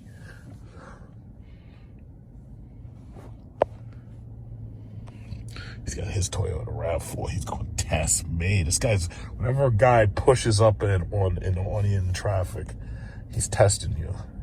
See, he doesn't have that Challenger over there. He doesn't have that. You see that Challenger? He doesn't have one of those. He's got a RAV4 right here. It's got some serious 4-cylinder power. Look at this guy. This guy's got the Grand Coupe red BMW. Look at this guy. Oh, snap. That guy's got the Hellcat. You ain't racing me. Look at that guy. You can hear him from here. Let me throw that in the windows. You can hear that guy from here with the Hellcat. You want to race the Hellcat? No, you don't. Uh-oh. Let's go get him. Let's catch the Hellcat. We're going to catch the Hellcat. Let's go catch that Hellcat. We're going to catch him. Everybody else is back there, and I'm all the way up here, and everybody's looking at me like, why is that guy speeding and he's in a Toyota? Like, why is he doing it? It doesn't make any damn sense. Look at this guy. This guy's got the Hellcat. Jesus. This guy's got the black Hellcat with the blacked out tinted wheel, windows, and everything. Go. So here you are, you're driving around in a car that's got like 3 times more power than like everything else on the road. Uh-oh, I think that's another one. Nope, that's a SRT model. But you got some loser in a Toyota Venza next to you trying to drag race you. It's like, what would you do? Like, how does that make you feel, man? It's like you got like 3 times more power than everybody else on the road. It's like the cops can't catch you. If you so decide to run from the police, they can't even catch you. You can hear them through the windows. Even this Grand Coupe knows he ain't messing with that. See, that's what I'm talking about right there. Even that Grand Coupe knows. He's like, yo, let me just let that Hellcat go because God forbid he tries to race me and get it on tape. Next thing you know, I'll end up on a GoPro losing to a Hellcat because my little BMW is just not fast enough. You know? I have to say, this is a very quiet car and it has a very comfortable ride. You know, oh, damn, yellow lights. Oh, but I tell you this, these brakes suck. These brakes should be doing better than that. Now, I know that I'm spoiled and I'm used to Brembo brakes. But my God, these brakes are a little slow. They are a little slow. I think they can do better than that. Okay, I got this guy right here with the Chevy Snail Blazer checking out my ride. He's got the Chevy Snail Blazer Super Snail. No, actually, he doesn't have the Super Snail version. He has the regular version, but it doesn't really matter because, you know, it's just a Chevy. So anyway. But I will say this, that's what a real Blazer should look like, not this ugly Econobox Blazer that we've got nowadays. It's like, why do they have to make everything look like a damn Econobox? Why can't it be like a big, manly, square-jawed truck? The new Blazer is boring. So boring that the only thing that GM's doing is selling more Jeep Grand Cherokees by releasing such a boring car. Stop making everything look pointy and curvy and effeminate. We don't want that. We don't want that at all. We want Snail Blazers that look, you know, like boxes. Not Econo boxes, but boxes. Boring. So boring. Yeah, but I'm liking this. This is really nice. So I think you know, this is definitely a great vehicle for somebody who's, you know, trying to switch up out their RAV4. Definitely. Yeah. And I'm sure. Listen, if you want to know any technical information, like I demonstrated this EV ride for you, and I think I demonstrated sport mode for you. Now, if you want to hear the technical information, you're probably gonna want to go to like Car and Driver or Motor Trend or something like that. But what I can say, comfortable ride, small driver's position. There's a couple of things I would have changed about it. I honestly, the last Venza was more unique in my opinion. But this is, you know, you can get some, you can take some getting used to this. You can get used to this. You can get used to this. You know, I'm liking it. So, you know, it's got cooled seats. You know, it's got cooled seats. I mean, there's no argument. You know, it's got cooled seats, right? Ain't that something? And then there's Hyundai over here. Hey, so this is the XLE Venza. So why am I checking this out? Well, basically it's like this. We were considering, you hear that? Yo, this thing sounds like a ghost in the front. You hear that? It goes, oh, you hear that? So anyway, I was looking at this as a replacement for a RAV4. You don't hear it, it's so silent.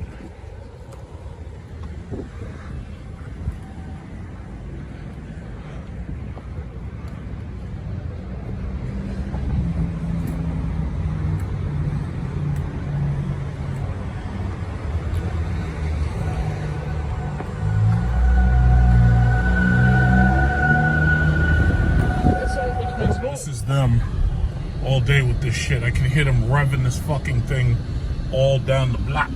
Oh, they got the blue calipers. And they got a orange M3 or something back there. You see these G-Wagons, all these cars and stuff. Refrigerator and stove that I'm getting with a kitchen remodel. I don't know if they have a dishwasher equivalent to this, but I'm guessing they probably do. It's called GE's Black Slate Fingerprint Resistant. Because here's the thing, it's like every time I wash down my Samsung refrigerator, it never looks clean because it's like regular stainless steel. I don't know what that's about. But, yeah, so this is it, Black Slate.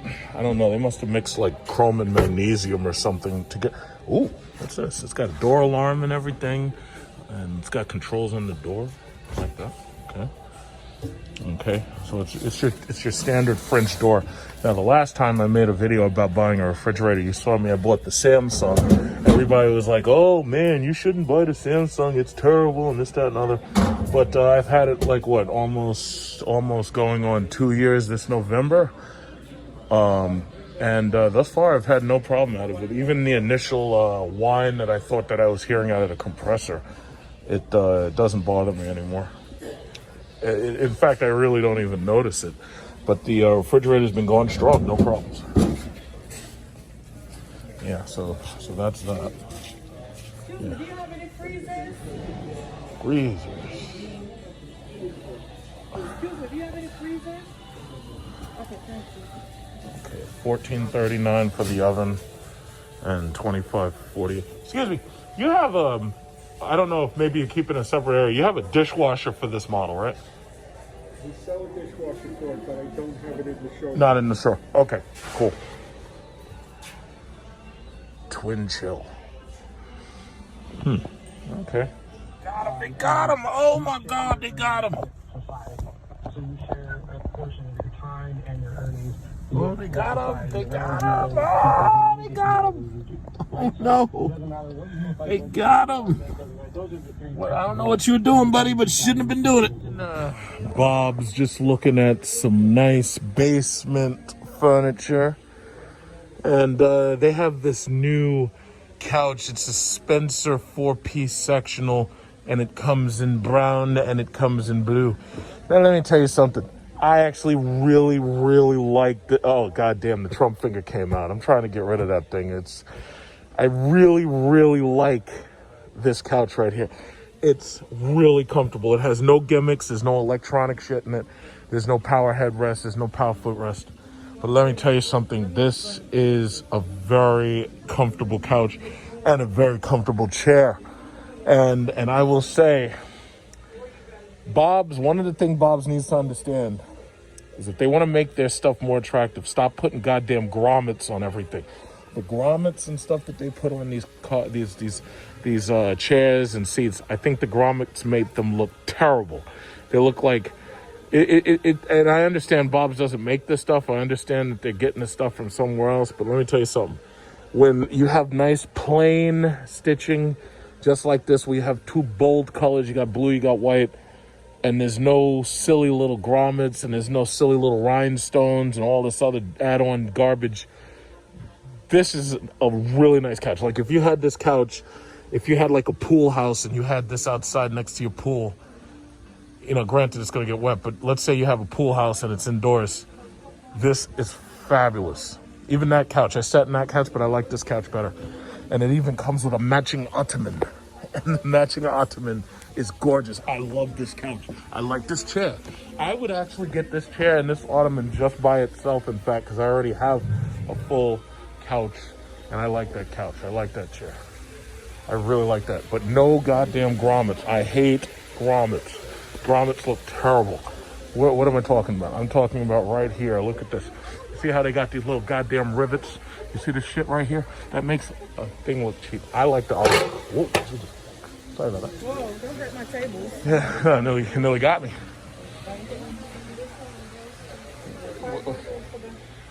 Nah, you should get that one over there. That one's nicer. The blue one. Oh, the table? The table's so loud. All that chrome and everything is so loud. Ugh. The regular brown ones look better. Oh, yeah, right. I hate that stuff. Okay, so Yeah, look at that one. People like this gaudy ass, ugly ass. I don't want no grommets. I don't want no gaudiness. You're gonna get that loud ass table. That table's ugly. Ugly, and I don't mind saying it. I wouldn't be caught dead in that table. No grommets. You see this? When I see that, that just makes me angry. No grommets. Then, let's see, do they have any tech desks here? Oh, so really, what we're looking at right now is the sofa sectionals and whatnot. No grommets. Ugh. It's the tackiest shit I've ever seen in my life. The plainer you make the stuff look, the better it is to buy. It's like stop trying to snazz it up by putting goddamn rhinestones on it. How are you? I'm looking around right now. We're looking at the sofas over there. I'm just looking around for just in general tech desks and stuff. Thank you. Absolutely, absolutely. Gail, thanks a lot, Gail. I like that blue one. I like that blue one. I really do.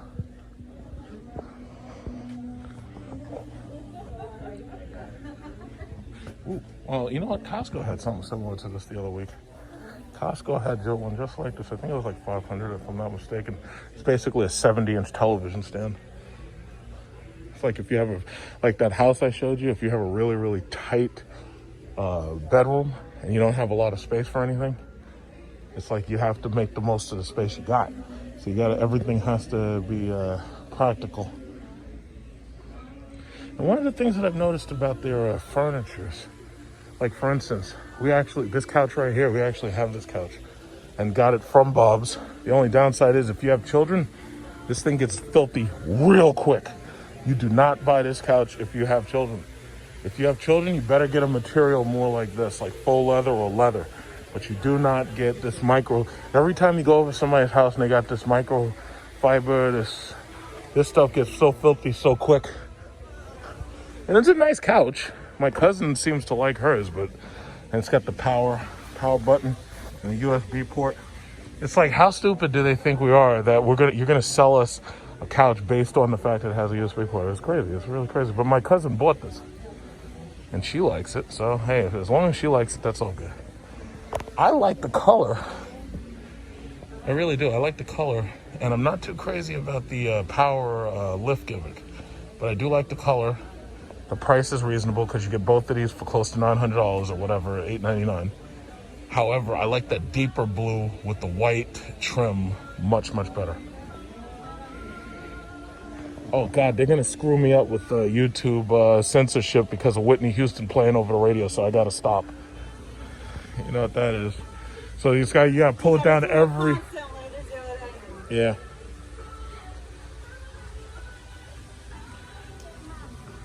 So, let's look at some other couches. We got more recliners. They have nice textures and everything. The only thing that always gets me about these things is usually the mechanisms for lifting up the feet. Sometimes they feel a little cheap to me. But, oh yeah, but this one feels good. But this is what I look for. When I see the horizontal slide movement, it tells me that the mechanism, all of these mechanisms are the exact same basic mechanism. Now, I like the quilted material. This looks really, really nice. And I believe this also has a powered headrest, and I think it also has arm things. You know, but it's a nice model. I think there's a power headrest too in the back. Yeah, you see? Yeah, that's pretty cool.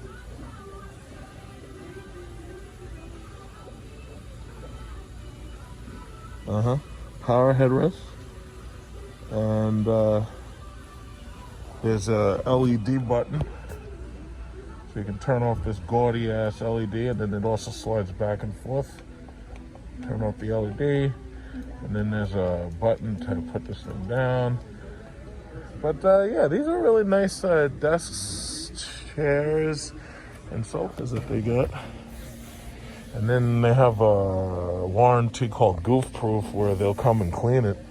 And that couch over there, I know my cousin's gonna have to be calling for hers to get cleaned because her kids tear that damn thing up. But that's what we're doing. We're getting lots and lots of furniture. We're doing furniture shopping this summer because there ain't nothing else to do if you can't go nowhere. Yeah, so I think I just lay right here, go to sleep. Just lay right here, go to sleep. We got a USB port too. How about that? That's cool. Just lay right there and just doze off and just go to sleep. So interesting that Mary Kay has existed all this time and that they actually have a really good marketing strategy.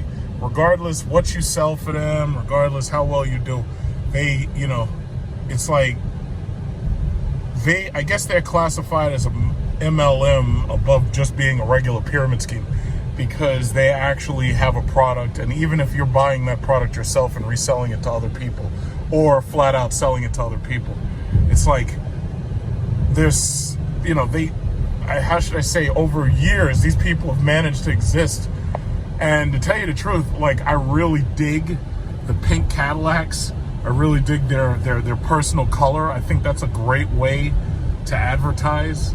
You know, this is a CT6 right here with the Mary Kay livery, I guess you could call it, and that is like so cool. And if I'm not mistaken, like, I see there's a guy in there, but it almost looks, I don't know if it's a guy and his wife or if it's two guys, but I've seen the Mary Kay XT5 a couple of times around, and I just think that is so cool. I don't know who customs their cars for them and who their custom color is, but I just think that is just so cool. It's like, it almost makes me want to join up. It's like, why? It's like I could just buy a freaking CT6, but I just think that is like so cool. But I can't get that color. You know, I think that is like so cool.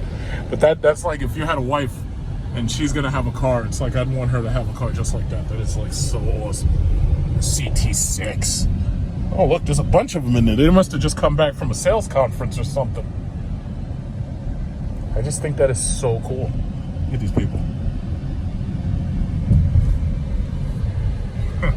When we are in our professional mode, Yeah, it's got that teak wood up in there. my job to wear my politics. That's what kind of wood that is. That's teak wood, like they use on the boats. And that's the way, you know, police officers are supposed to conduct themselves.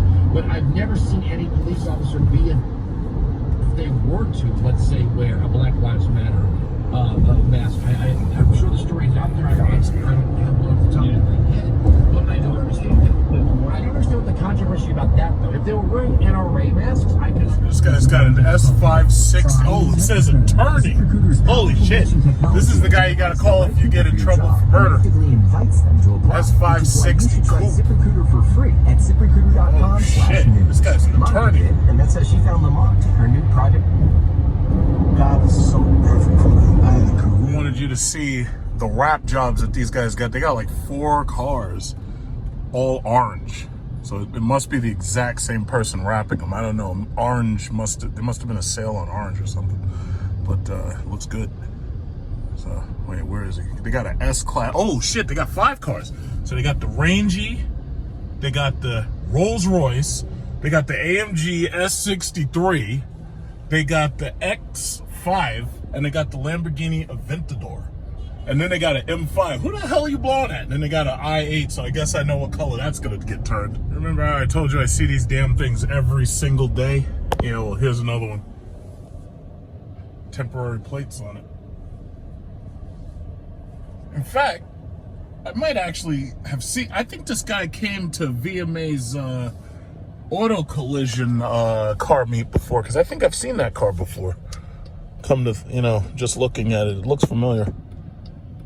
Across the street from Hofstra. Yeah, apparently my job is never done. We're getting this 27-inch HP and the 27-inch monitor desktop matching computer HP. Everything's HP. Work at home, baby. Work at home. Microfinna loves me because every time they see me, they know I'm here to buy something. So apparently they had 2 truckloads that came in today, and they only had XC3s today. They didn't have any Founders Editions, but they had XC3, EVGAs, and they had MSIs for the 3080. So that was all they had. Okay, thank you. Yeah, so long day.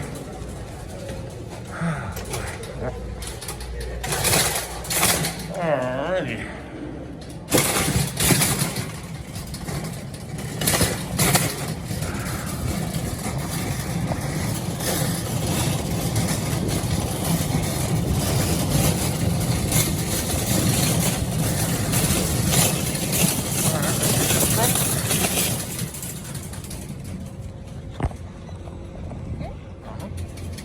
Look at that red Huracan.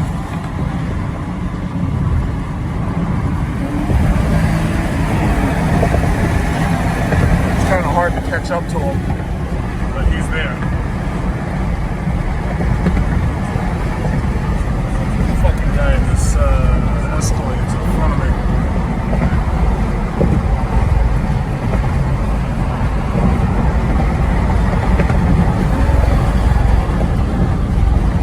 There he is. Oh, he's turning too. So we're all turning. Get this fucking Escalade away from me. Yeah, what's this guy doing? Oh, here we go. But when I tell you I see these damn things every freaking day, like, yeah, I absolutely see these damn things every single day.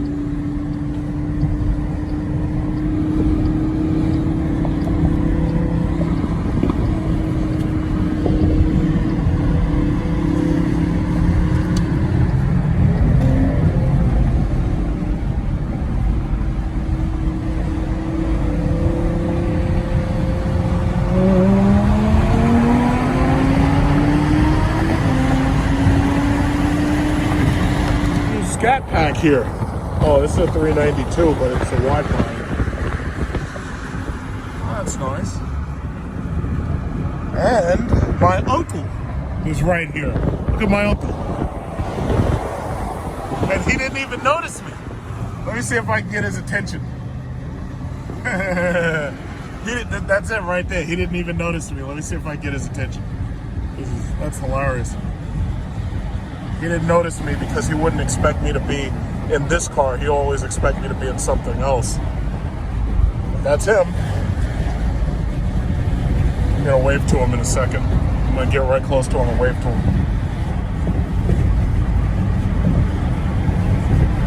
And that's my aunt too. So that's my uncle and my aunt. Uh-oh, we got the Scat Pack hacking up out here. Let's see if I can get near him. Woo. Just say hi.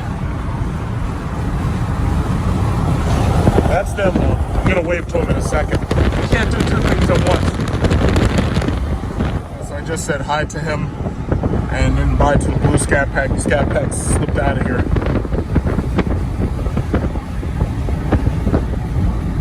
See, basically, when it comes to so many people having so many different models of cars, typically I learn their license plates, or at least I learn the first 3 digits of their license plates. So this way it's easy to spot them in the rearview mirror, or it's easy to spot them as they pass by.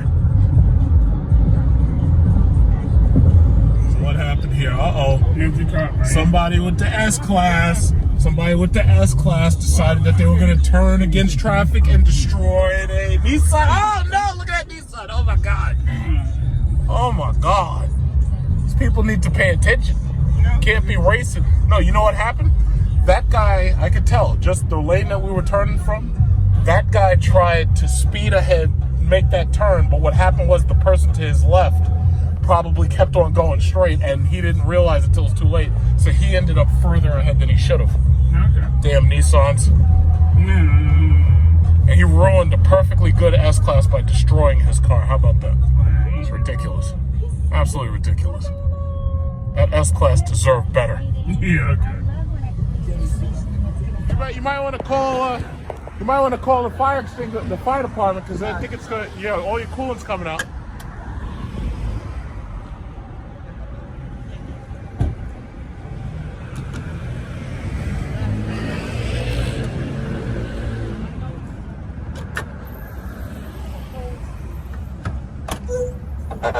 Yeah, just leave the hood open. Let it air out. Oh, okay. All right. Here I am at Addie's Barbecue again. And we're going to get a table over here. We're going to sit down. We're going to have a Juicy Lucy probably, and maybe one pina coladas. It's going to be fabulous. I told y'all about this place before. If you live in Elmont or you live in like the Queens area, got to check it out. Habanero wings right here.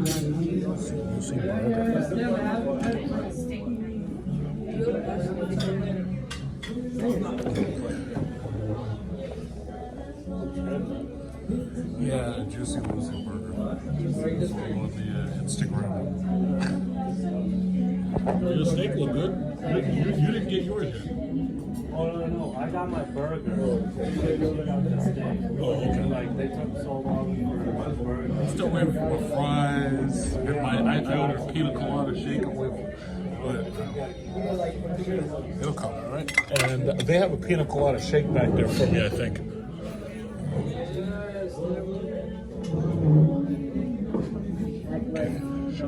Nice pina colada lassi shake.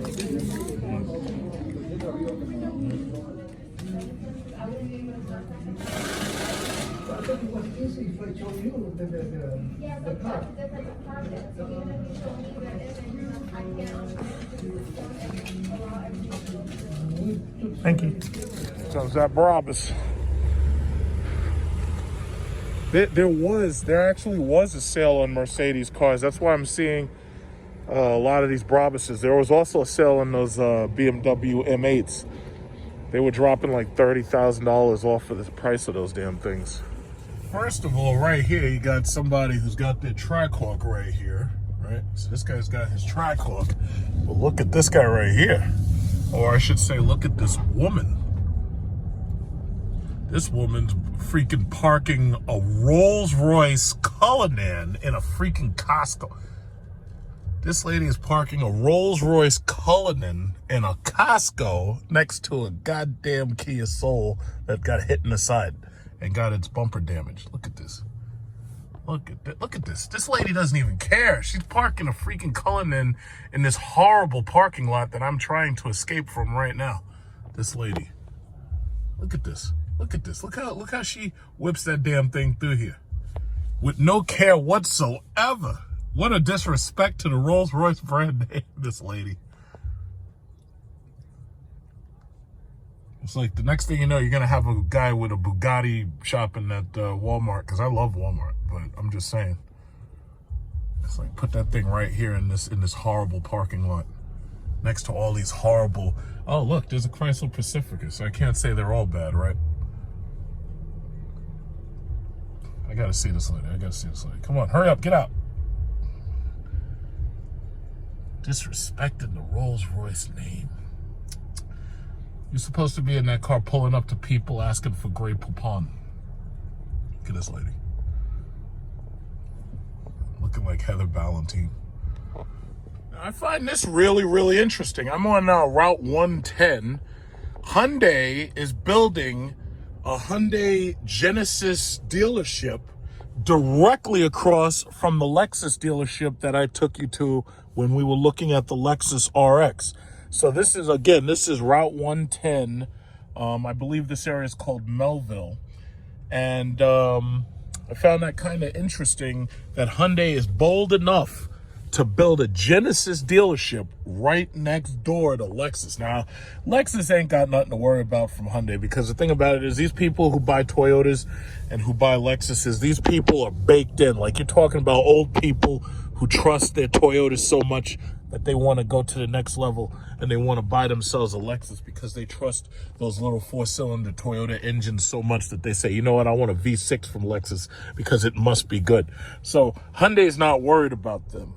Lexus isn't worried about them. Hyundai is going to sell their cars to newcomers, and Lexus is going to continue selling their car to people who actually trust Toyota and haven't, been, embarrassed in races and ended up going over to Dodge to buy Challengers and Chargers. So I really think that's really awesome, the fact that there's going to be a Genesis dealership right there.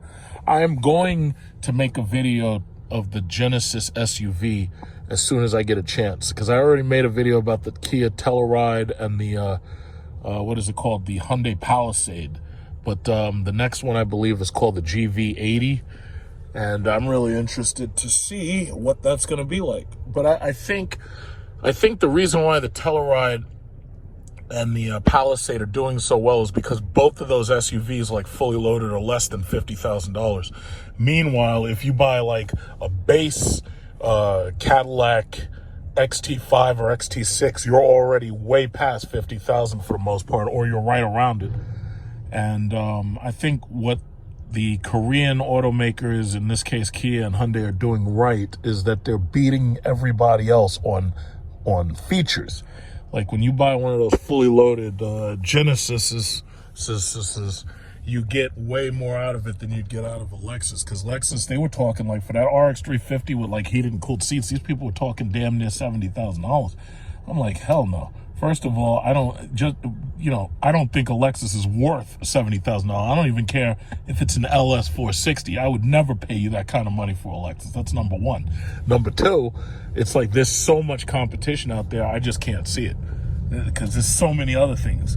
But the thing about it is Hyundai is going to keep beating Mercedes GLC and GLE, and they're definitely doing a better job between Kia and the Palisade. They're definitely doing a better job selling their cars to newcomers based on that $47,000, $48,000 price tag. So that actually looks really, really good. But what I was gonna do is really quickly, I was gonna go buy a Cloud9 Exotics because I believe that they've got new cars. Like, I was thinking about maybe making a special video using one of their cars, because the thing about it is I'm never buying like a Lamborghini Aventador or anything like that, and I'm never gonna buy like a Rolls Royce or anything like that. Even if I had that kind of money to just throw away on a car, I would never spend that kind of money on a car. I would buy another house. It's like I'd have 5 houses before I'd buy like even one car like that, because in my opinion it's a depreciating asset, and to me it's a waste of money. But if I ever wanted to make a video driving one of those things, Cloud9 Exotics and other exotic rental companies, they exist to make it so that people who want to experience buying or driving something like that they obviously would never normally do, can do it. And I think that's a good thing. So again, Cloud9 Exotics, we've had car shows here, and I guess they hosted the car show in order to help advertise the fact that they even exist. They had I made a little video before where they had the Corvette C8 when it first came out, and in addition to the Corvette C8, they You know, they have a bunch of Lambos. I'm seeing those cars way too much. It's like, it's not really exotic if I'm seeing a damn thing every day. Where is this place? It's kind of, this place is kind of like hidden. Oh, there it is. Yeah, here it is. They need, what they really should do is they should take out like a really big banner. The next time I get a chance to speak to the manager, I'm going to say they should put a really big banner right on the front. And, because it's so hard to even know that they're here, despite the fact that I know where they are. It's like, yeah, they're on off Conklin Street, they are. And they're right here. And they have a very nice showroom of stuff. Very, very nice showroom. They got this guy right here, looks like Dolph Lundgren. And he washes the cars and everything. And he maintains everything. Little Dolph Lundgren guy. He looks like the bad guy in James Bond, Tomorrow Never Dies. With James Bond, he had to, you know, I think he pinned him to a missile and then blew him up in the submarine. But he's a cool guy, though. He's a cool guy. What's up, guys? How you doing? What's going on? Where's the Urus? Not here. They rented it? Huh? I barely fit in a C8. I barely. The one I want to rent is that Ventador over there. I'm not even sure if I fit in that damn thing. So.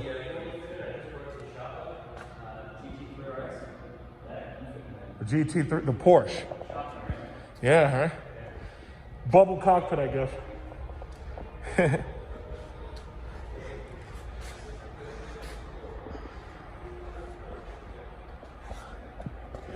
Oh, they got the Range Rover here. Who rents that one? That must belong to somebody. I got the red C8. Yeah, so you can rent these things, and they keep reducing the price of rentals. So the deposit price, I think, was reduced. It looks like an Aston Martin DBS. And then they have a Hellcat wide body. They have a Hellcat wide body right here. Purple, holy crap. That's a nice one. And then they have a Prius. For anybody who'd like to rent a Prius, they have a Prius. Wow. I want to rent that Aventador. And you can rent the Aventador for 4 or 5 hours for only $800. Or you can rent it like for the weekend for like $2,000. I don't even know if I could fit in that goddamn thing. We'll see. $2,000? I don't think so. It's just folded. They got a folded phone here for $2,000. I'm like, nah, I'll wait for the next iPhone. I know. I'm with you. I think they did make it a little bit better though. Kind of looks cool. I actually like that phone, but I'm waiting for it to be on sale. All right. After a couple. Yeah, for sale for like less than $1,000. Exactly. Well, it's gonna be $1,500 probably after 6 months. So.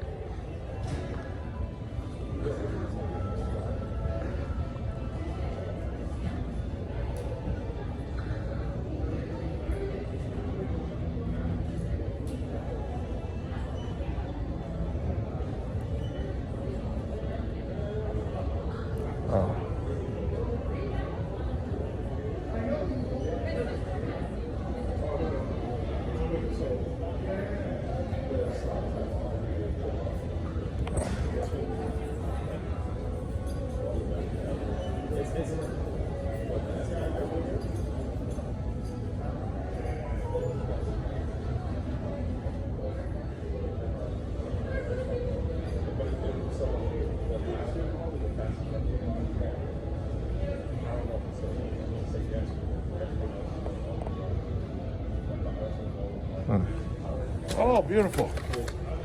Okay. Perfect. Sorry about that, man. Oh, yeah, don't even worry about it. I'm just glad you got it. Yeah, right. This one. The Okay. only thing is what I'm gonna have to do. So I have to fully refund this. Okay. Fully refund this, and then we just gotta rebuy it. Perfect. Does anyone remember the Romney campaign? It was weak.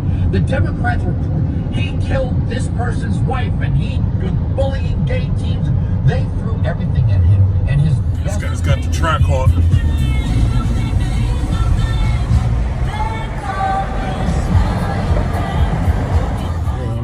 get out, go over to this car show. Got this really pretty Aston Martin just pulled up. Look at this guy. That must be one of the new ones right there, because I haven't seen that design or that color yet. That's nice. Very, very nice.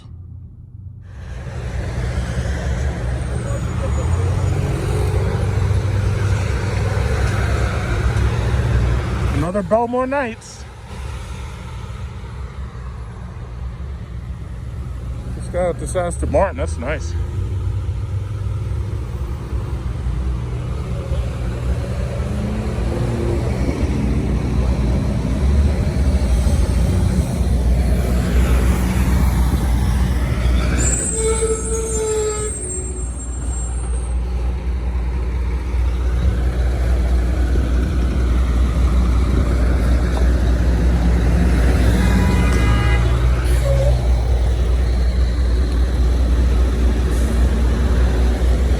Oh boy.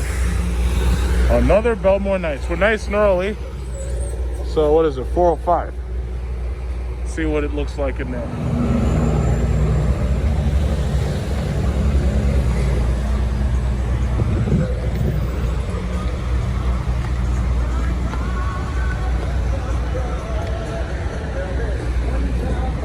I guess it must be too early.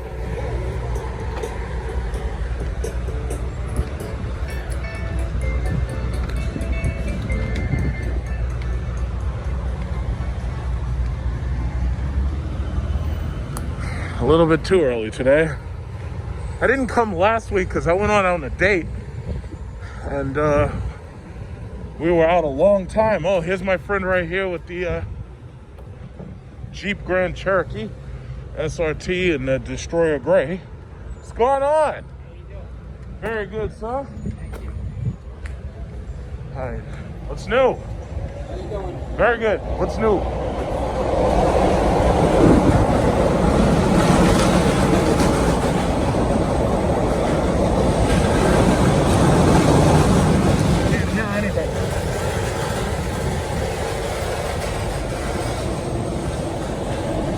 Yeah, let's go. Come here walking? Huh? Come here walking? Well, I just, we just had dinner, so I figured, yeah, I'll walk around here for an hour and a half and walk it off. Oh, Yeah, yeah. How's everything going? same old. How's the truck treating you?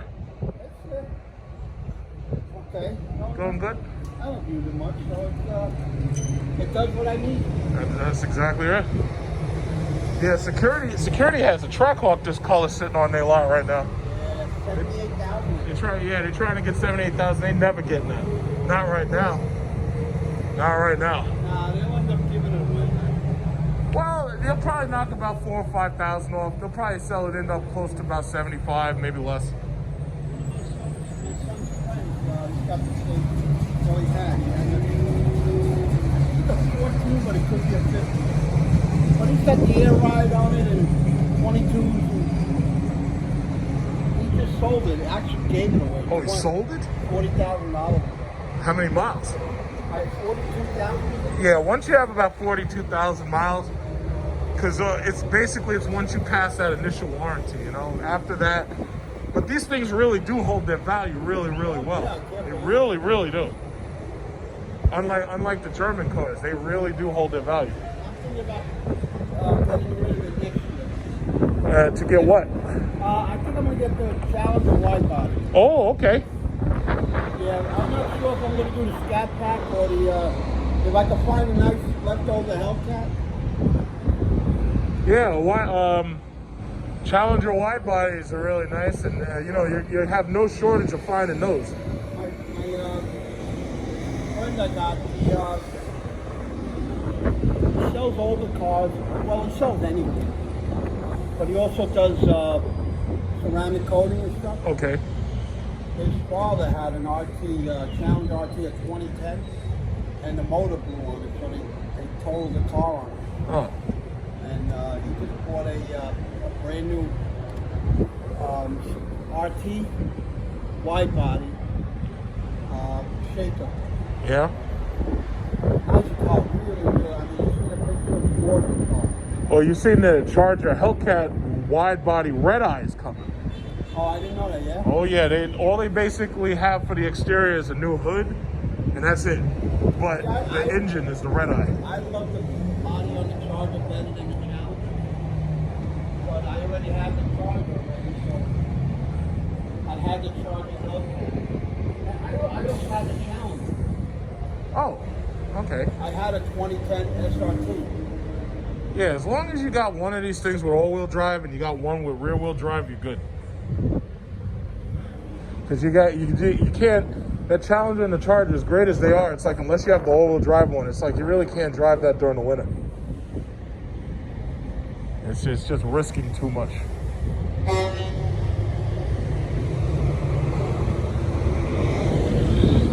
See, look at this jerk off.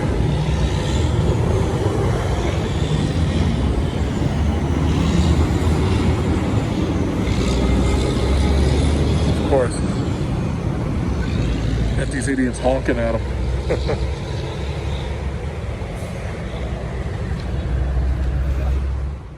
Oh, purple? Yeah. Plum crazy. Oh, okay. So you wouldn't get the Hellcat Challenger? This was my Charger. Oh, you had a white. Oh, you had a Hellcat. White Hellcat Charger. Okay. Yeah, it had the brass monkey wheels, Yeah, red sorry. interior. I've always had, pretty decent cars. Yeah. I have to say again, the Jeep's the best car I've ever had. This is my Hummer. Oh, you had an H2? Three. The little one. You like to go through cars. Have you tried a Tesla? Very fast. Have you tried a Tesla? That's our T10 with the micromotor. Yeah. Had that too. Have you tried a Tesla yet? No.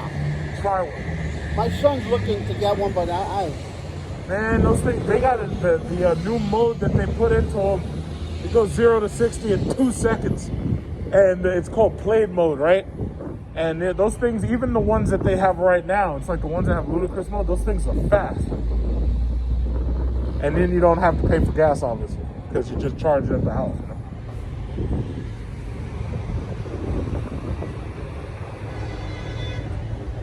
Don't be in demand, then, sir.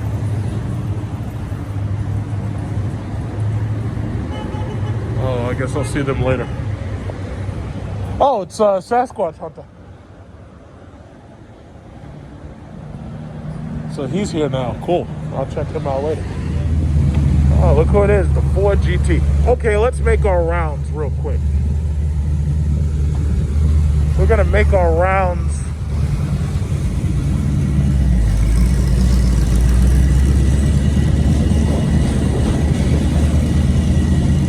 It's amazing that somebody would even drive that car. Most people garage them and you never see them again.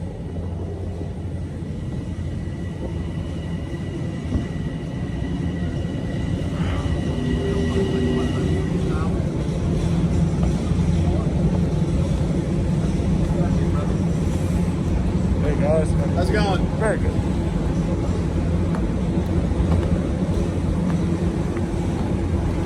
Tesla Model 3 Performance here.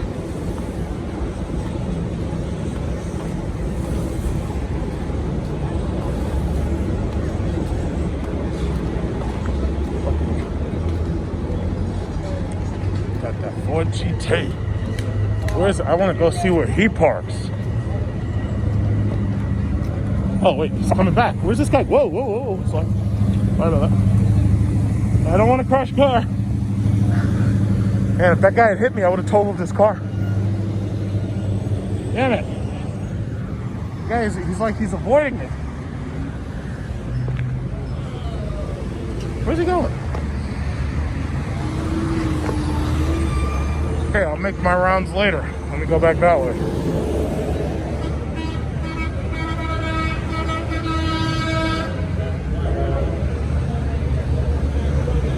Trump, Pence, keep America bankrupt.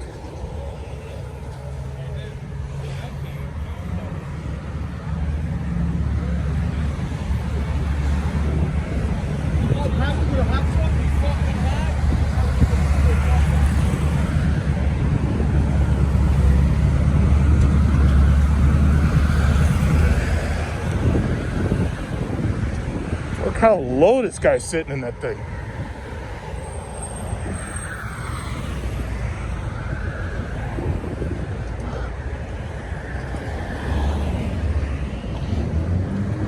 You gotta take the steering wheel off to get out. I love that. That's just deep. This was back when Ford made cool cars.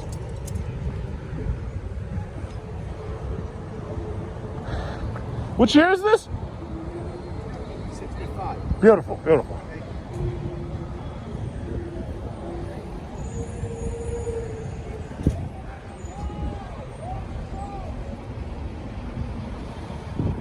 Hey, you want to help me guide me in? Guide you in, back? Shit. You want to back up more? Well, actually, if you could stand in the front and get me between the two white lines. Oh yeah, I can do that. No problem. I can't see shit. I like that. That's funny. Yeah, no problem. He's like, I can't see shit. I like that. I'm in the center.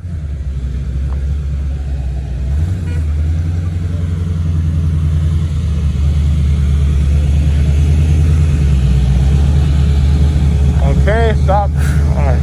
Now, go just turn your wheel a little bit to this way. Just the back. Yeah, okay. All right. Now turn back.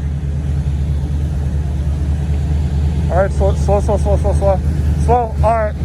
I'm gonna help you back up. Hold on. Yeah, you're in between the lines. Come right here.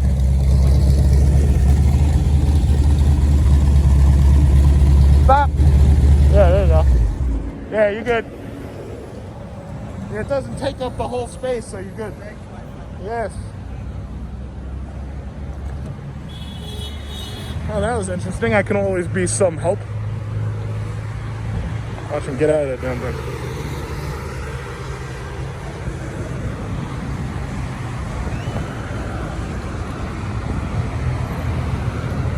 Fuck.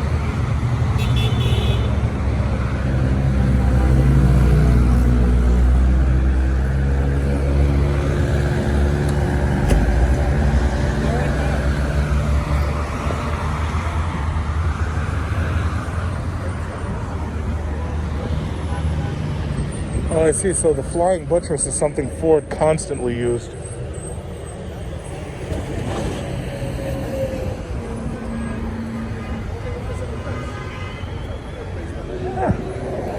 I couldn't even hope to fit in one of these damn things. I could use these things as a sneaker.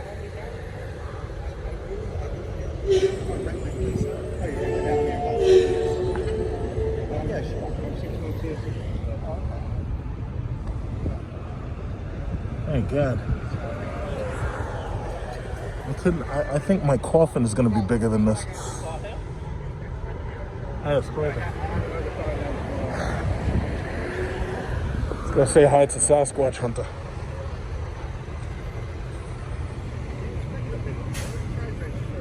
Oh no, you're good. You're good. I can only dream. I couldn't possibly fit in that damn thing. My friend's your size, Yeah. and he drove my Corvette, and he was squashed in there. He said, Fred, how the hell do I get out of this car? Yeah, that's the reason why these Hellcats and Demons sell so well. It's because we can actually fit them. Uh-oh. What we got here? A challenge up here. You're a big dude. You can't fit in these cars. You can never fit in that vet. I'm fairly certain I couldn't. Yeah. Like I said, my friend is your size, and I got a rack top, so it made it a little bit easy to hold on. Yeah. And he was tight. Yeah, the size disparity is something else. But you know, I think but see, the thing about it is, since the years that these cars are, Americans in general are a lot larger than they used to be. Used to be, exactly. Yeah. Our parents were a lot smaller than the dudes out today. The average American now is like 6 foot, 300 pounds, you know?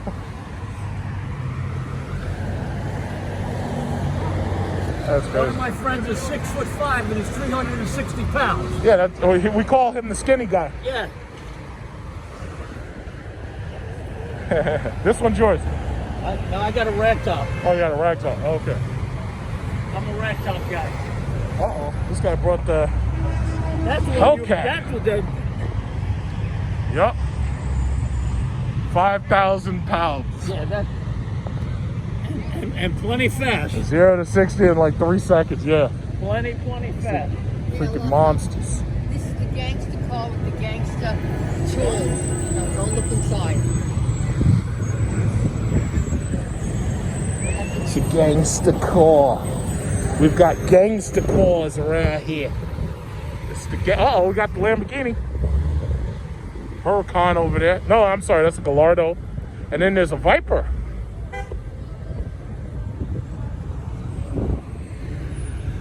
This guy's not a red eye here, he's a regular.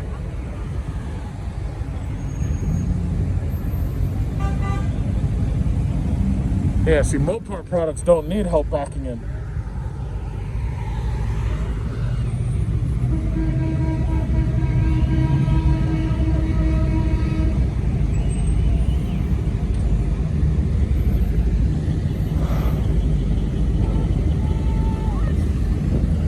They're up there saying fuck Trump because they're looking at that guy's sign.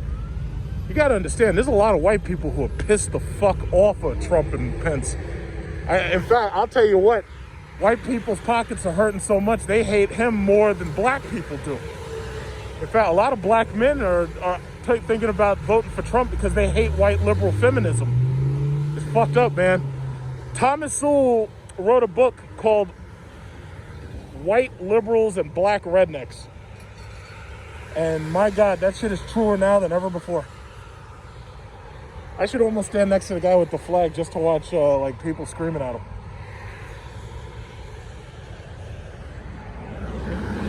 Gotta go say hi to Sasquatch Hunter.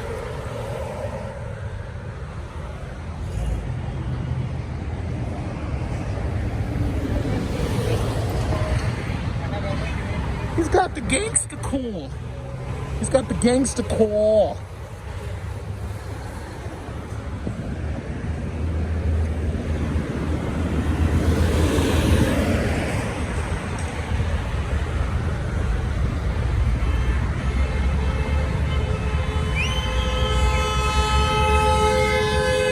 These two assholes.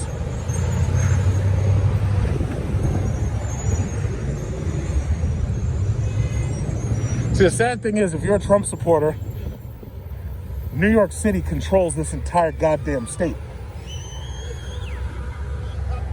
What's up? Did they pop the hood on that GT350 yet?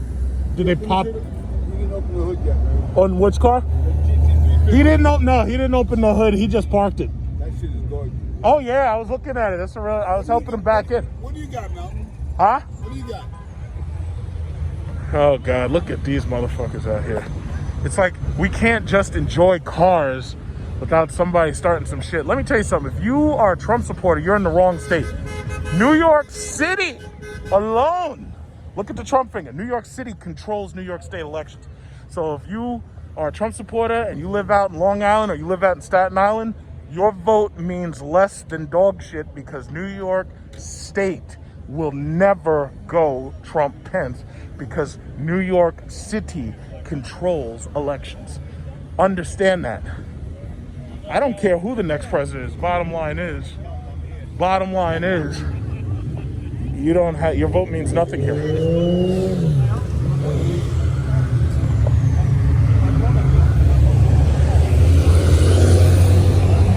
Gotta get pictures and everything. Yes, sir. Hey, bro. How are you? You got the, oh, you got a flag too, huh? Everybody got flags now. Is he gonna be the next president? I hope so. King of social distancing. King of social distance. King of social distance. How you doing? I'm doing good. I missed last week because I was on a date with this chick. We went out, we stayed out a while, and then I just went home and we just hung out. But I came back this week. But so far so good. Very cool. So far so good. It'll be a beautiful night. Oh yeah, great weather. Great weather.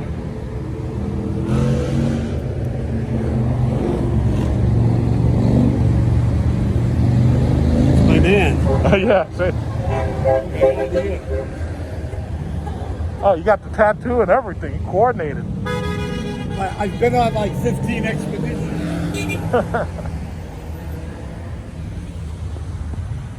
Yeah. All these Bigfoot shows you see on TV, Uh-huh. they're all my friends.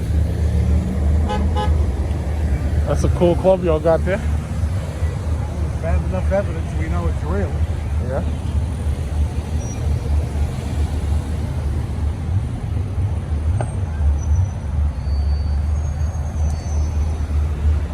Oh boy. You bring wheels today?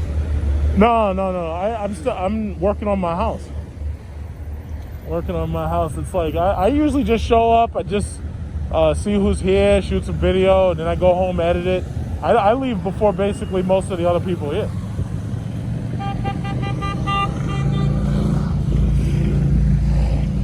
But I will. I don't know. Like I don't know how long we're gonna keep doing this. Because as we get into October, I don't know if it's going to get rainy or whatever. Well, I don't know if I'm going to be here next week, probably. You weren't here the week before last, right? It was like 1 week I saw you weren't here. The last time I came, you weren't here. My granddaughter's communion the next day. Oh, that's nice.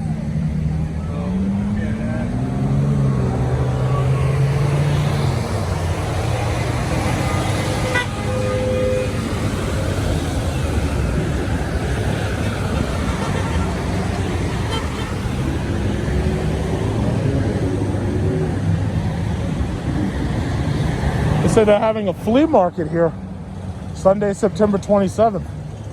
They've been having a flea market here for the last 20 years. I don't usually come this way except Friday. Hempstead.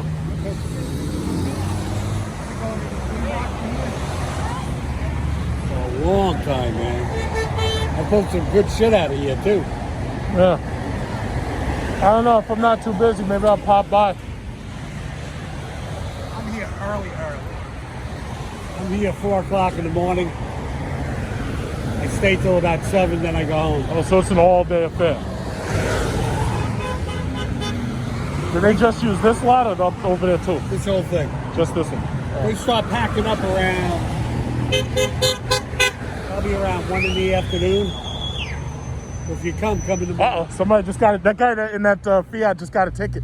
I saw the light get him. All right, well, it looks like that's an $80 ticket for him. They got them all night here, man. It's a damn shame. I hate these goddamn things. I've seen guys come around this turn. Yeah. I've seen guys get 3, 4, 5 tickets in a night. Same guy. But this no turn on red thing is bullshit. They got me like that out in Suffolk. Because the problem is sometimes they don't have the sign. Like right there, it has a sign. Sometimes I don't see the sign, and then you make the turn. Next thing you know, you get a ticket. It's disgusting. Right, but the law is you gotta make a full stop and then turn. Right. But see, I didn't know that. No, see, there's no sign. It didn't say right turn permitted after stop. They didn't say that. There was no sign. It's like, come on, that's not fair. I think I got a red light ticket the other day. Oh, yeah? Took my mother for her, she's got cancer. And I turned yellow, and I went over the line. Oh, God. I went out a little bit, I backed up, I got a feeling they're gonna nail me. Of course, yeah. And if you have that feeling, chances are you're right. Because I was in the rain one night, and I must have been going slightly higher than about 38 miles. Uh-oh, oh, whoa, whoa. Oh, got poles falling and shit. She almost took my eye out. We should just take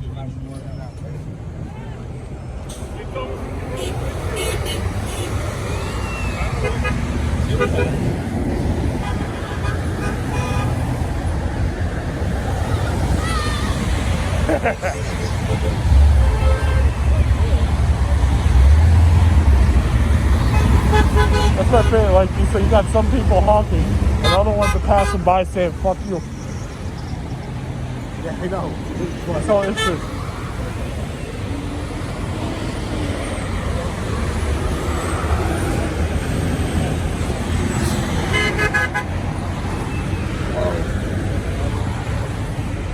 Oh, we got the Corvette crew. Some Corvettes coming up here.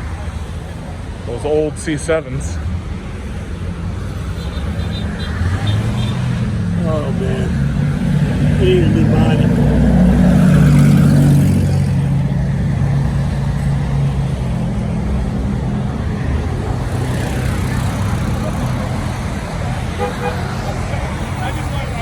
guy with the red C8 is here again.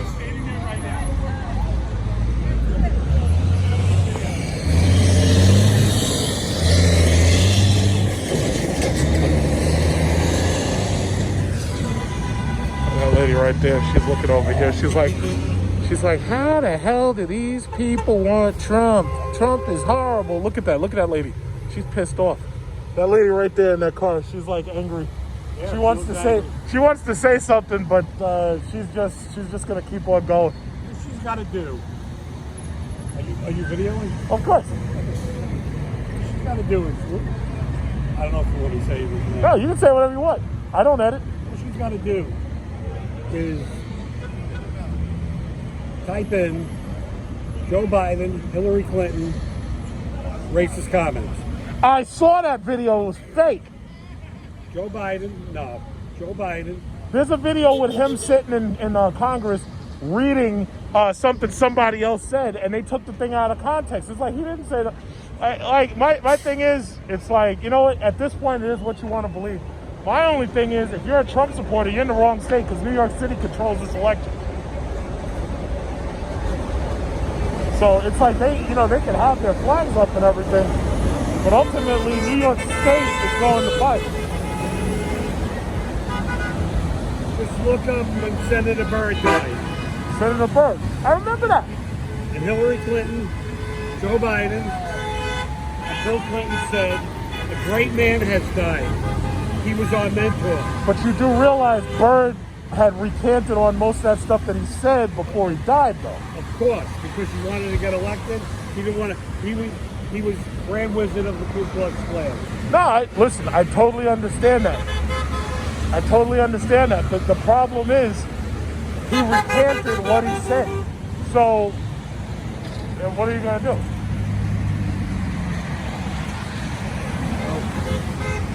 And maybe he did it just for political expediency, but the bottom line is, the fact is that he recanted what he said. But just saying that about somebody like that doesn't necessarily make you the purveyor of a racist comment, though. Right. Well, that's why we're in America, right, bro? Exactly. Like, for instance, if you support a politician who somebody says made a racist or a sexist comment, that doesn't mean that you did it. It doesn't mean that they did it. Exactly. But, so that's why it's just so much better when you get to come here and people leave the politics at home. The problem is people keep on figuring out a way that they got to force it in there, and then it ruins it for everybody. It's like you think that for a little while you can get your mind off of the insanity going on right now, you know?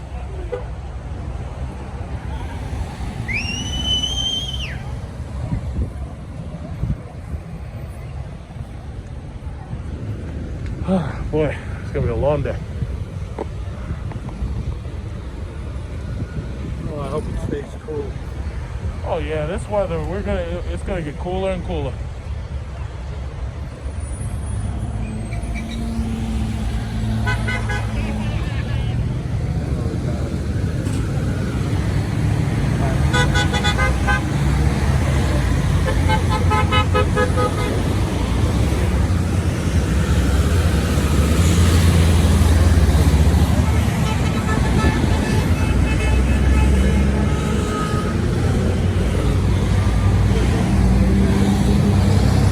Let me go make my rounds. See the cars that came in, I'll see you.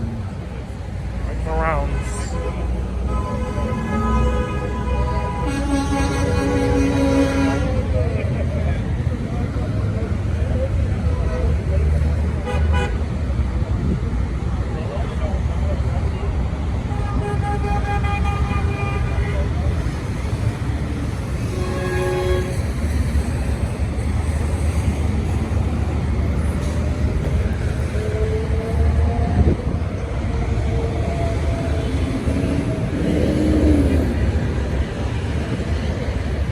Well, we already saw JMC Rides demonstrate his launch control in his nice, beautiful red Corvette C8. I doubt this guy wants to do that right now.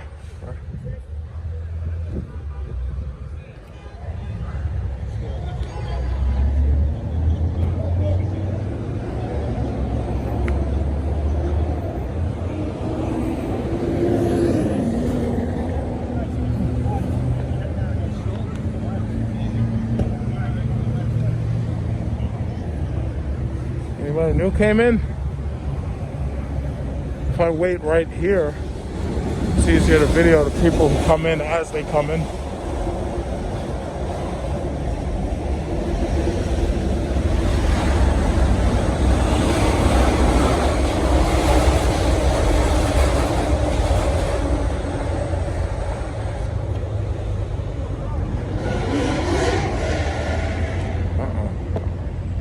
Somebody's starting some problems in traffic over there.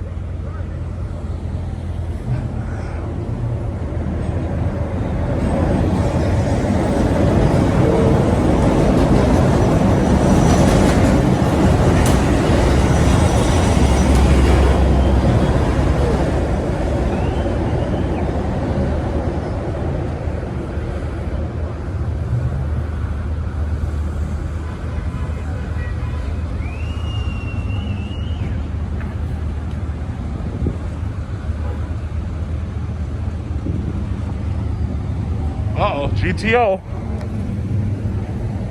Got the GTO coming. It's Dominique Toretto.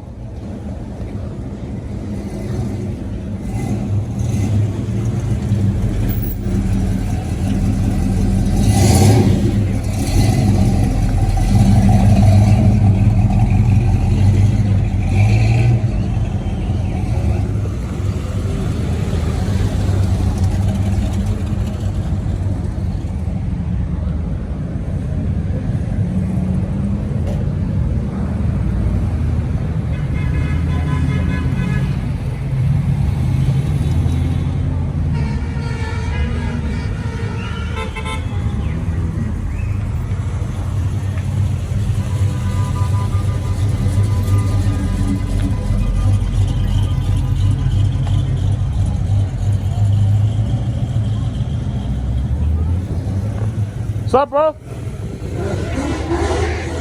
Good.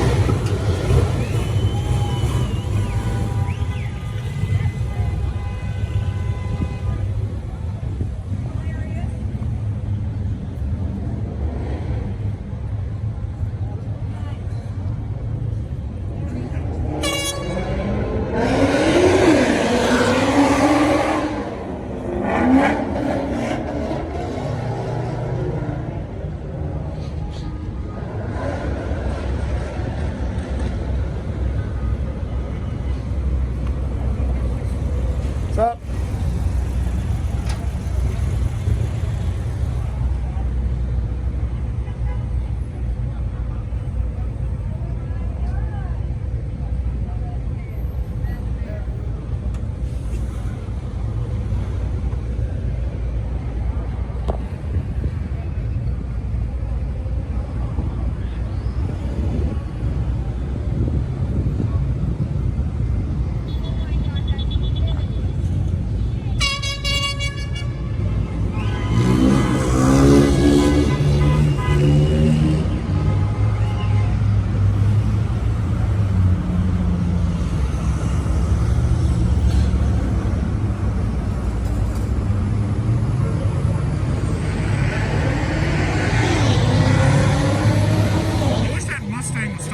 Problem before he gets into an accident.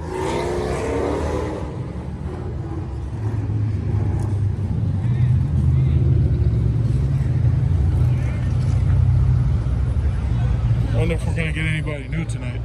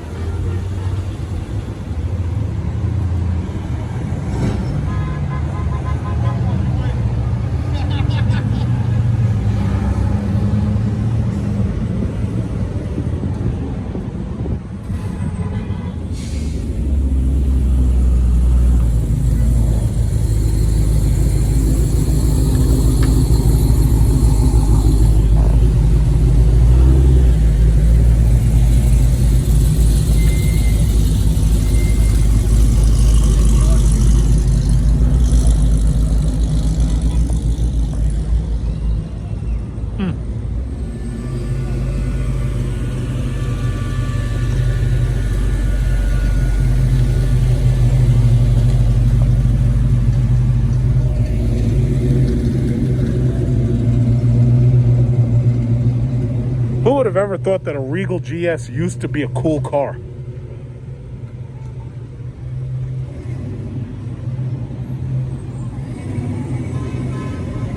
And now they've turned it into an Econo box. Oh, this guy's got a Ford Thunderbird. You don't see those anymore.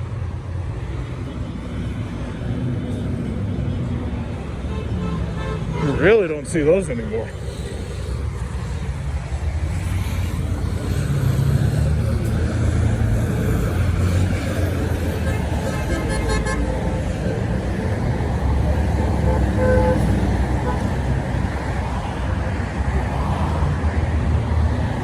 Wow, I didn't know this had a V8. It's a small V8. Wow. Lovely.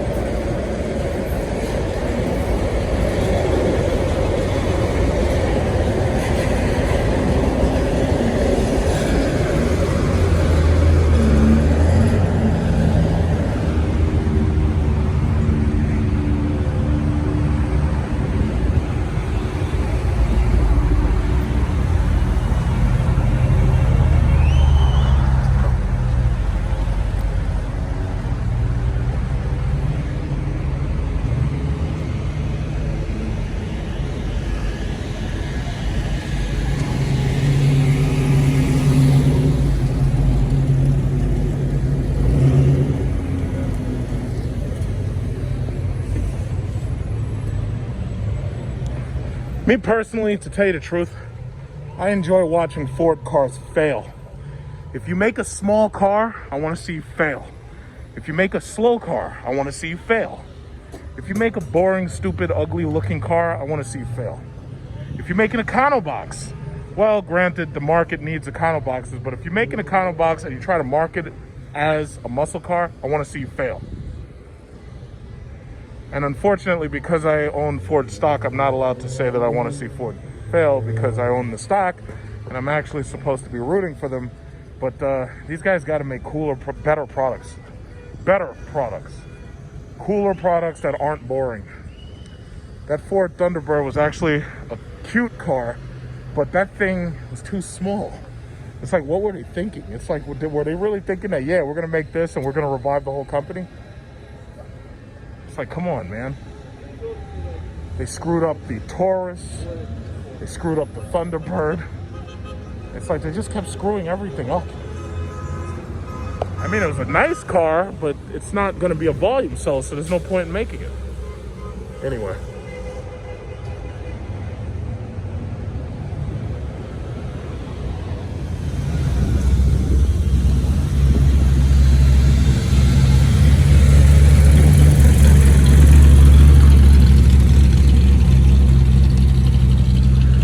Like at some point in human history, they said, you know what, let's make all of our cars look like snails.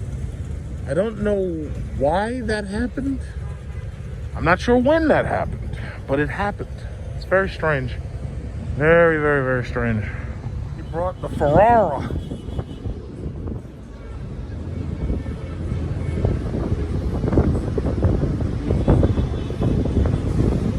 The Ferrara. Oh, you're not gonna come in here? Oh, what, you too good for us? You too good for us? Really?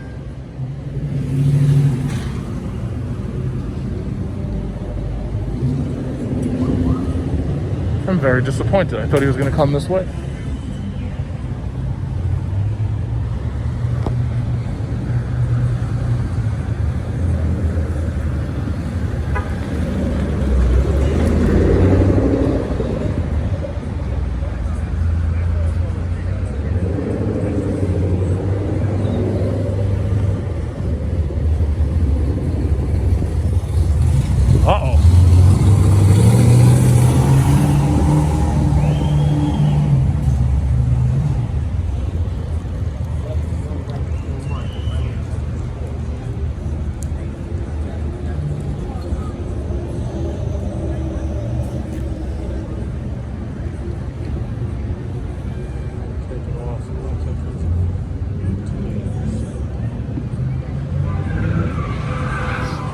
Oh, wow, we got a Ford truck going out of control here.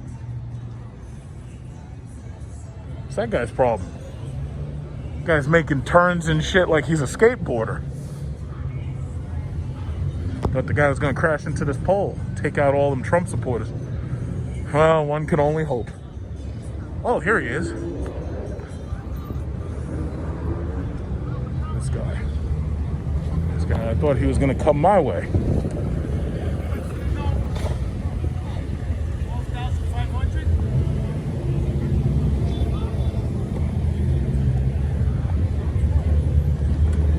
Very lovely.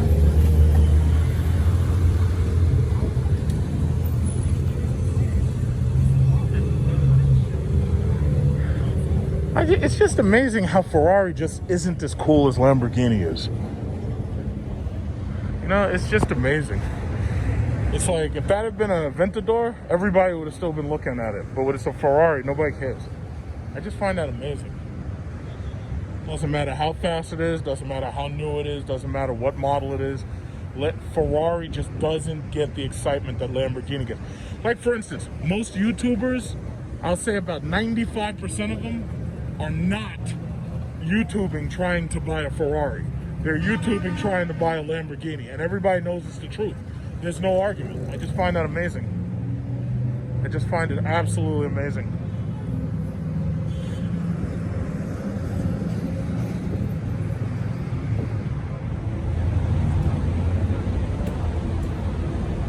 So, white C8 came in addition to the red C8 here.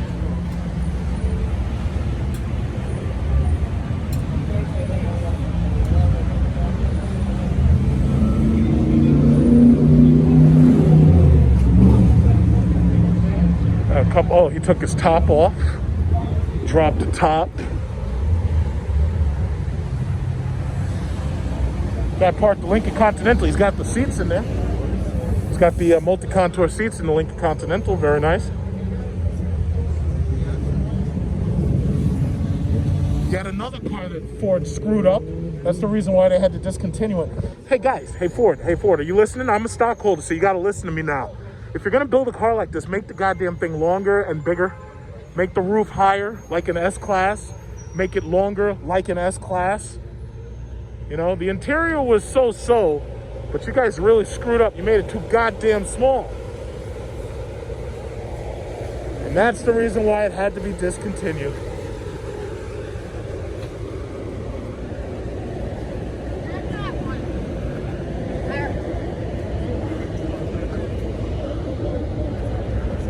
So we got, what do we got? We got heated, cooled seats right there. Got those heated, cooled seats. Got the climate control and all that stuff. Very nice.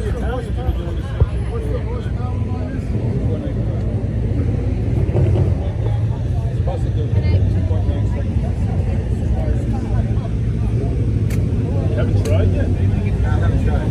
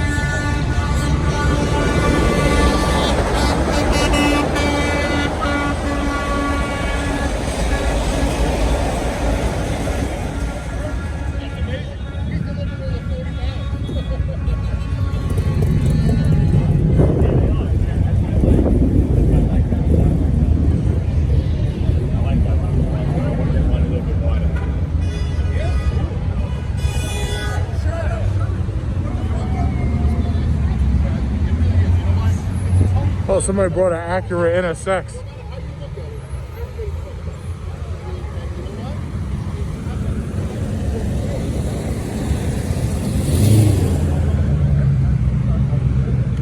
Man, that's one of those under talked about cars. It's like that car was forgotten the moment the Corvette came out. and he's driving it in hybrid mode.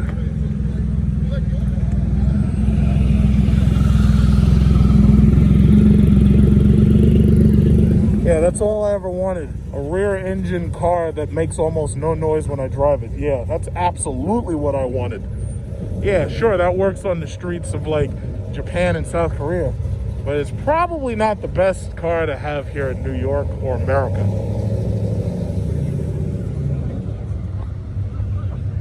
Oh, God.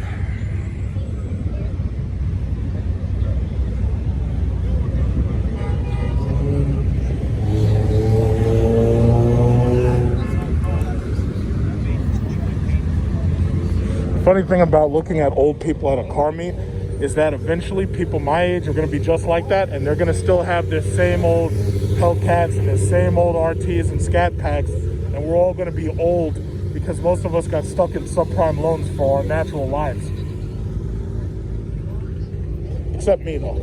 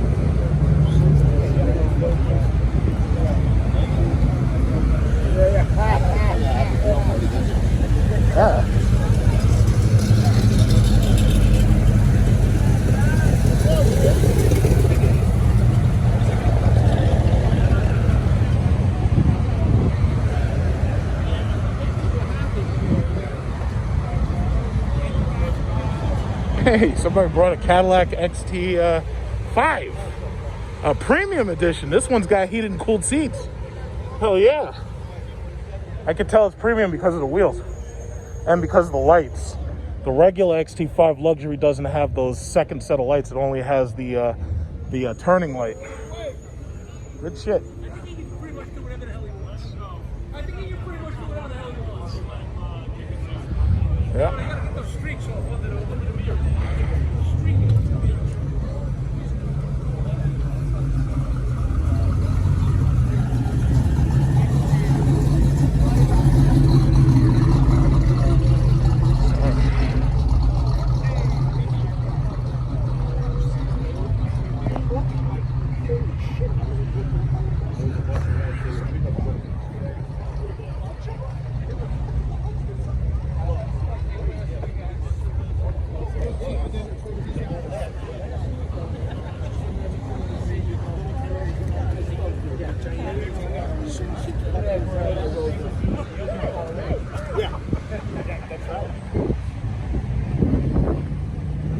Okay, there's not too much down here on this side.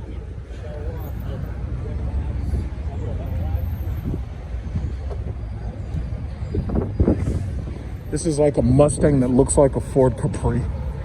It looks like a really big Capri.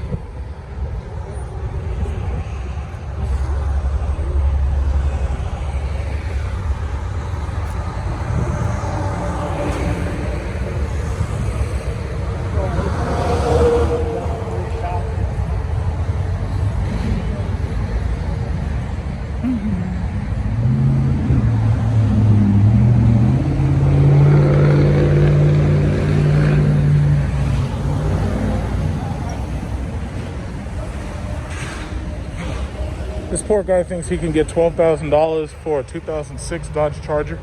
Yeah, good luck with that.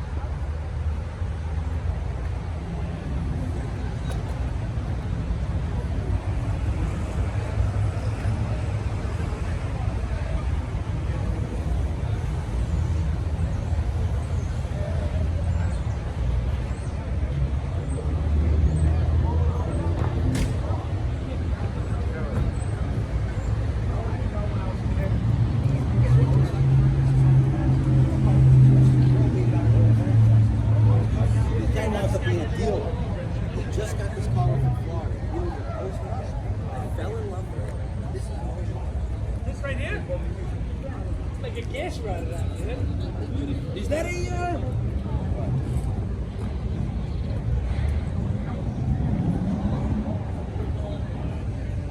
They bought a fucking fake one and he was like devastated. Look at this. Kick car. 36.4.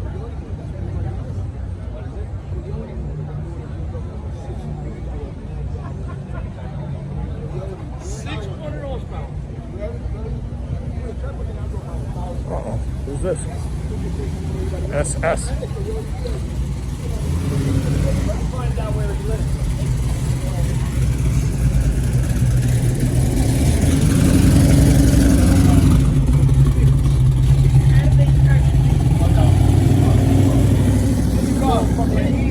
Yeah, but I'm just saying. You know what?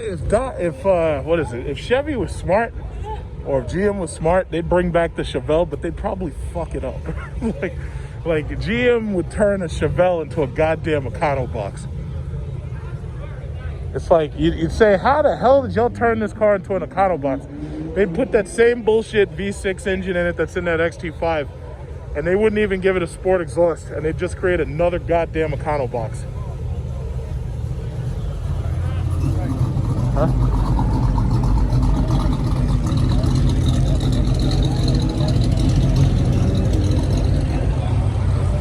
I don't trust GM to design classic cars. I trust Dodge. Dodge just gets it right.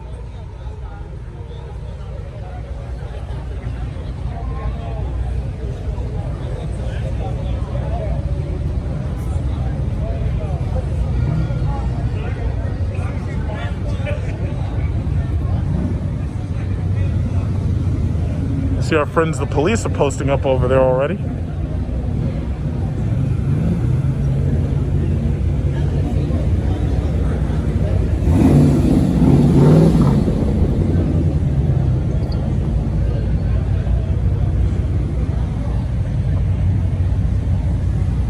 Nassau County PD.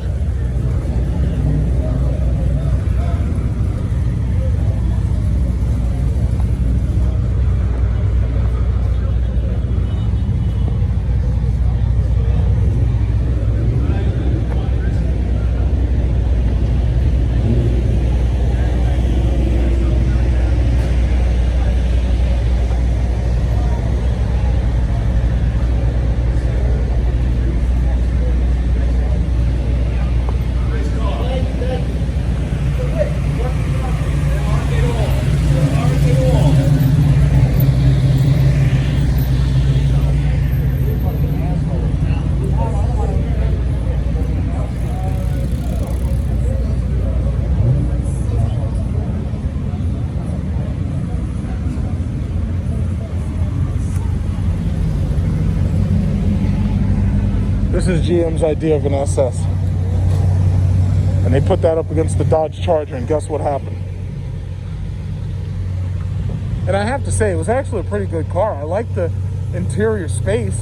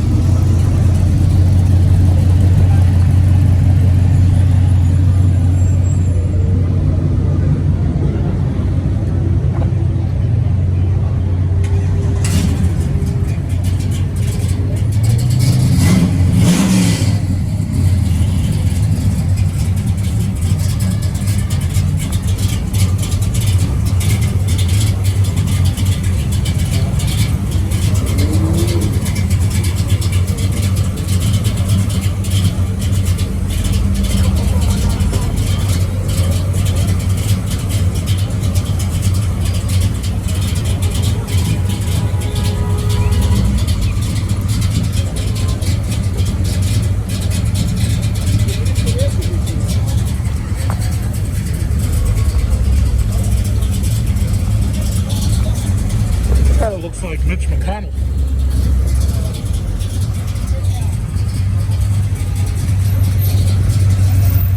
Jesus Christ. Oh, wow.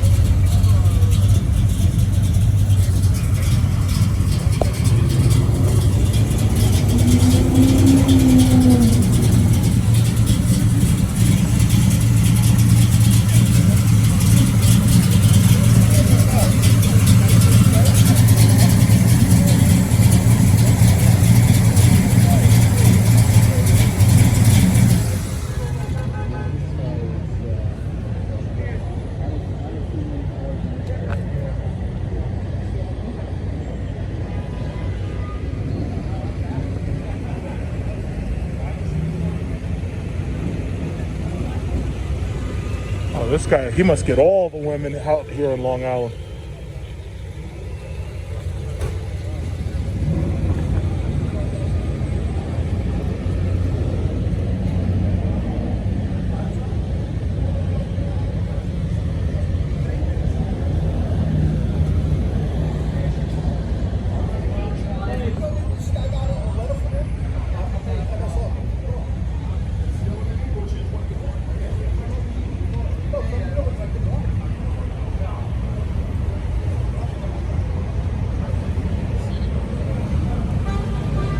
Why is it so quiet? Is that a hybrid? Why is it so quiet?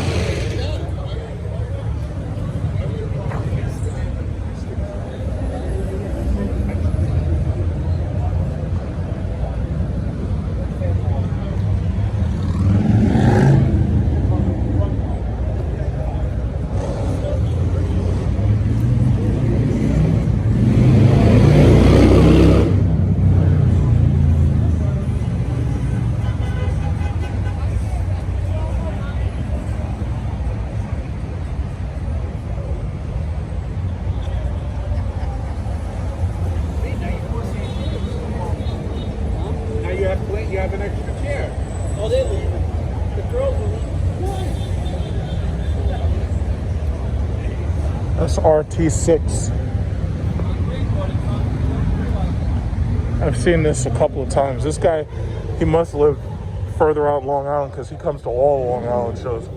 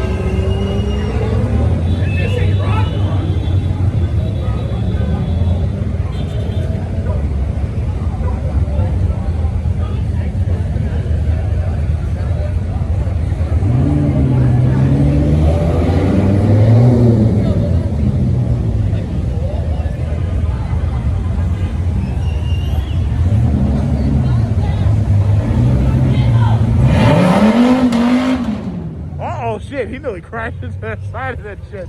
I knew something was gonna happen. That's what happens when you have a whole lot of power and you don't have stability control.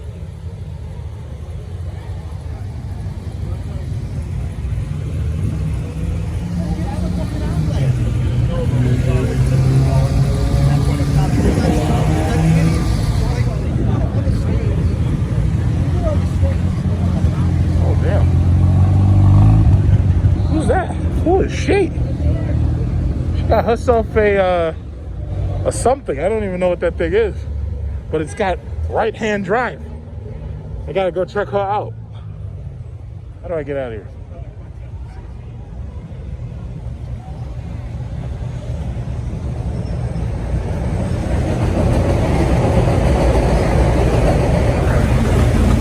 So you gotta watch out for this guy. This guy doesn't have stability control.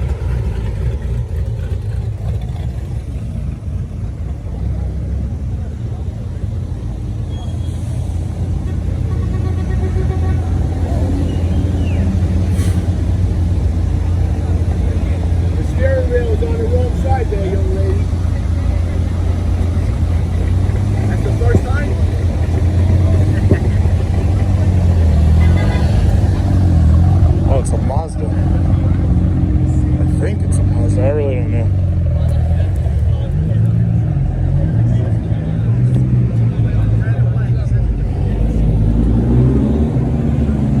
Watch out for that guy. He doesn't have stability control.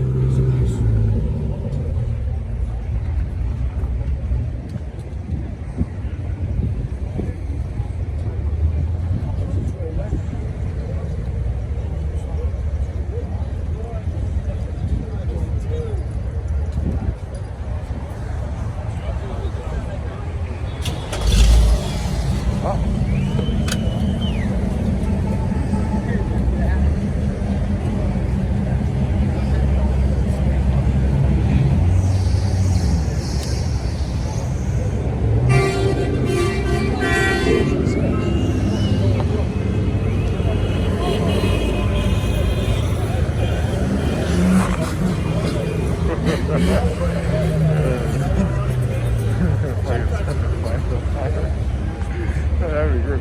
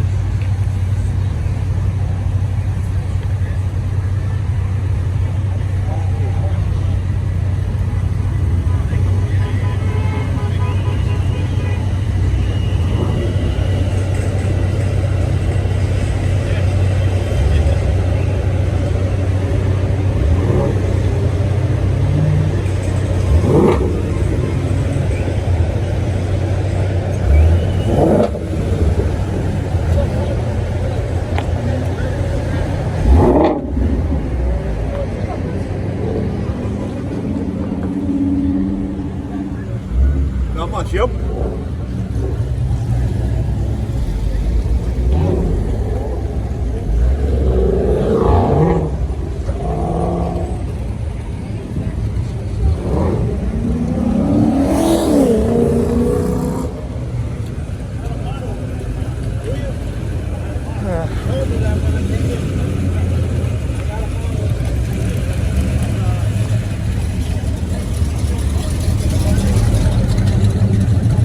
Did that guy have the factory sticker on the side of that window?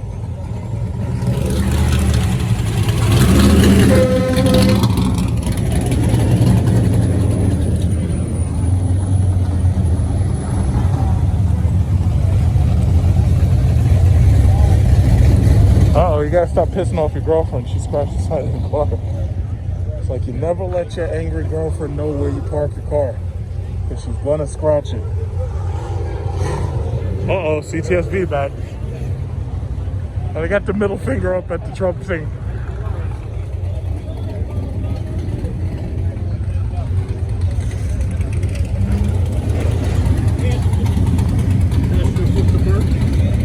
What they said? Hey, wait a minute. Is that a Fred? No, that's not.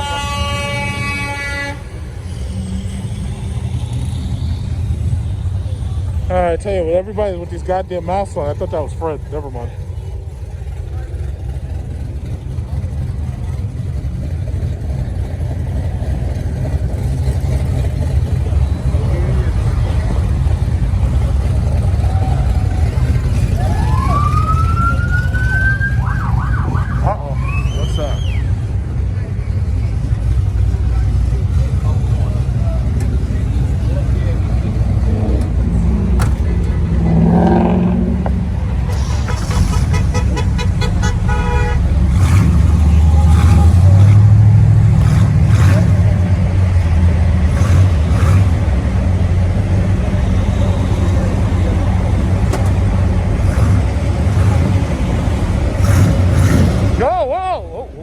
You okay?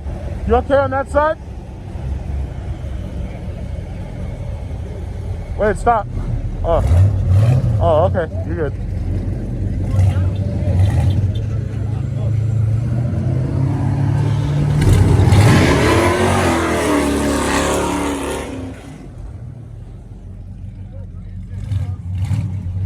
Yeah, I stopped him because I thought he was going to sideswipe you.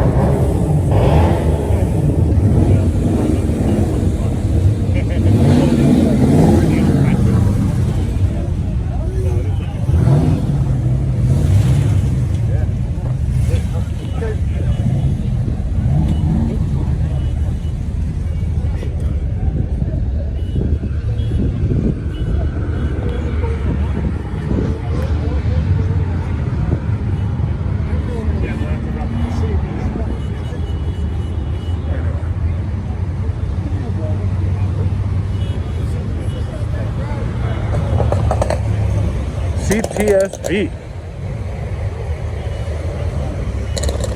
This was back when Cadillac used to make fast cars.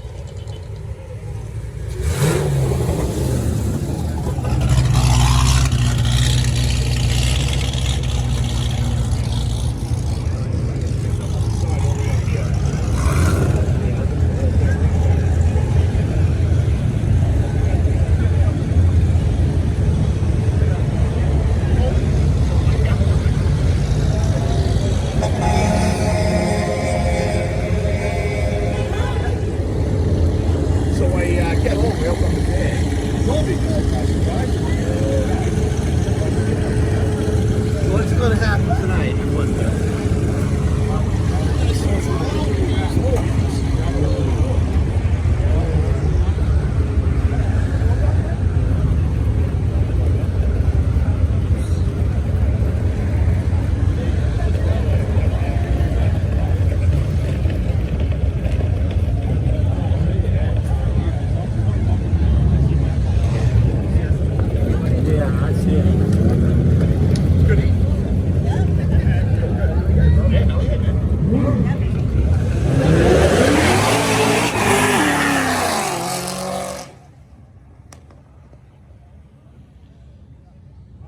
See, this is the reason why the cops come and then they lock us down and then they throw us out and we can't have anything nice.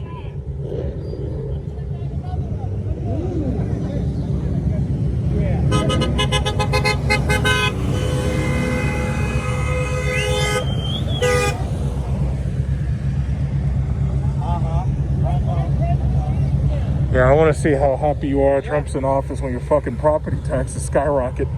Keep in mind, I live in New York City. You live all the way out here. Your property taxes are fucked. Anyway. But yeah, go Trump, go Trump. He didn't give any of the essential workers any money that he promised. Yeah. So in fact, I'll tell you what. For all the Trump supporters, I can't wait to see what happens when those moratoriums on rent and mortgages go away, and all of a sudden, like you know how you're supposed to pay $2,000 a month. Well, when they ask you for that $10,000, I want to see what happens then. Oh yes, I'm gonna give a stimulus check, bigger welfare checks than ever before. Well, he didn't. 6 months, and all this motherfucker gave you was $1,200, and you idiots are out here holding flags. You guys are stupid. But guess what? New York City controls New York State, so your votes are useless. Congratulations, morons. Your votes are useless. New York City controls New York State.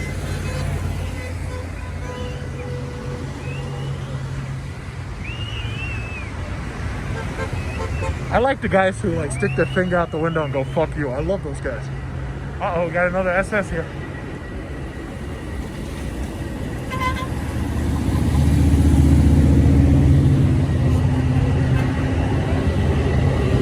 Alright, well, I think I'm about done with this. It's starting to get dark and I'm bored. I think that's about it.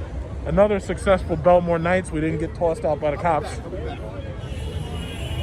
I would like to wait for some burnouts, but the thing about it is that could take a very long time. And to tell you the truth, it's like, I'm kind of tired. I've been here since like 4. Been here since 4 o'clock.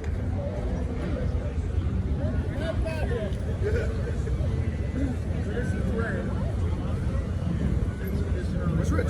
Somewhere. We lost him. Oh, there he is. Okay. Oh, we lost him.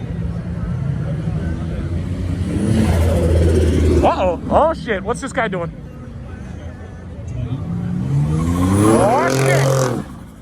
Wait a minute. Wait. Why? Is that guy losing traction or something? Yeah, I'm wondering how long till they ruin us and the cops come and throw us out.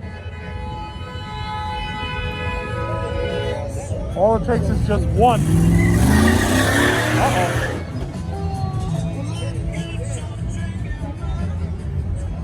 Toyota Supra, making no noise whatsoever. Very boring.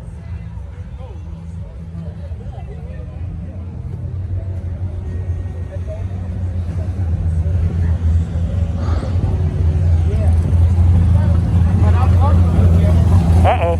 Uh-oh. It says Hemi on it, so it must be fast.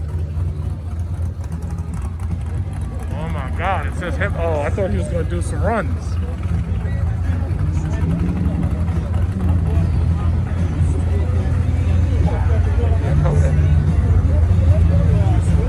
Oh, look, an airplane. I haven't seen one of those in a very long time. Not since the fleet was grounded and the pilots were furloughed. Damn, amazing. I remember those. Those used to fly people from one place to another. And now they're just gone.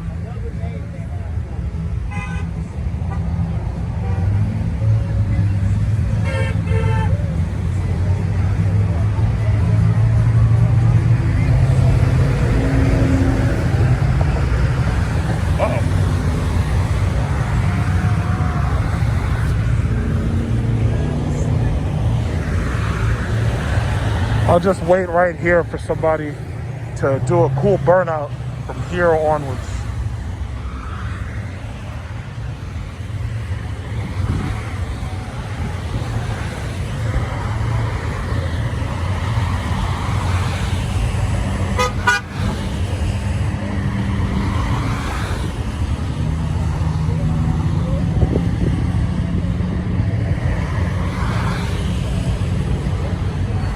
Uh-oh, is that a Dodge Durango SRT?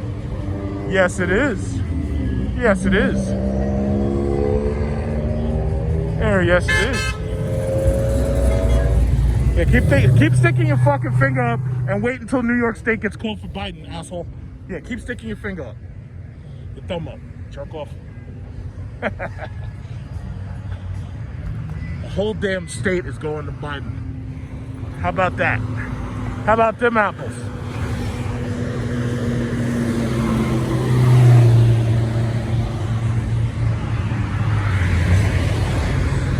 Oh, that's interesting.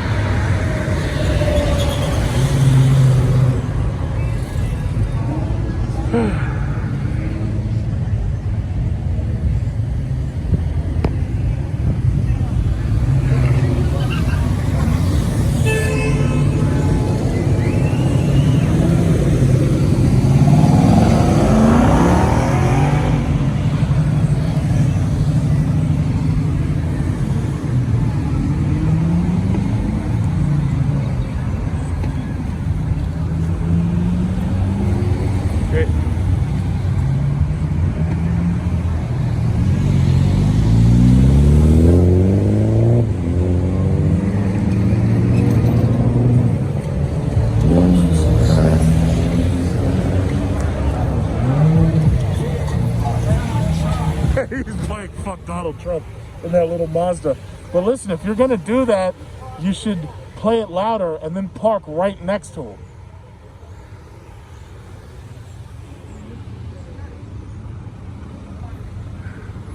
The political hostilities in this country are going to continue to grow until November, until the inevitable civil war.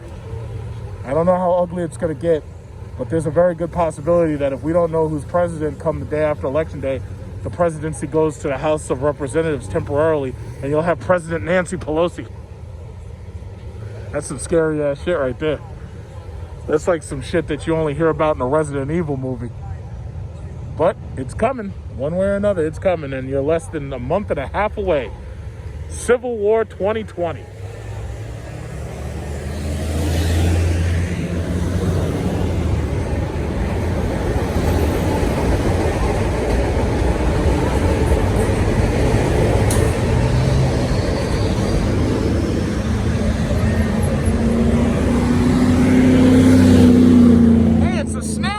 Super Snail. Chevy Snail Blazer. Chevy Snail Blazer Super Snail. I haven't seen one of those in a while. And by a while, I mean about a week. Chevy Snail Blazer. Super slow. They have two versions. They've got the Super Snail and they got the Super Slow. Which one do you want? Oh, come on. Somebody's got to do a burnout. Come on. I'm getting bored.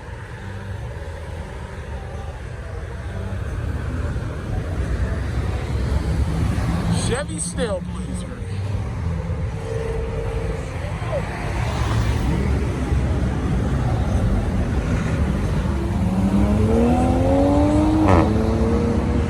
Yeah, that was the best the Toyota Supra could do. I shouldn't have even bothered recording it because it was a waste of time.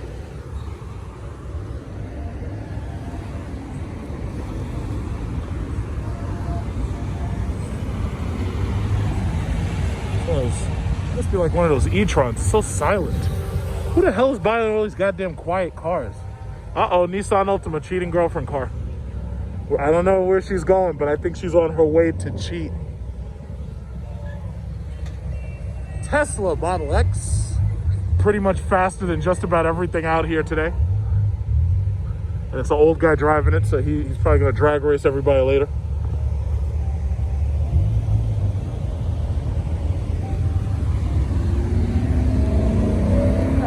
Boosted CTSV.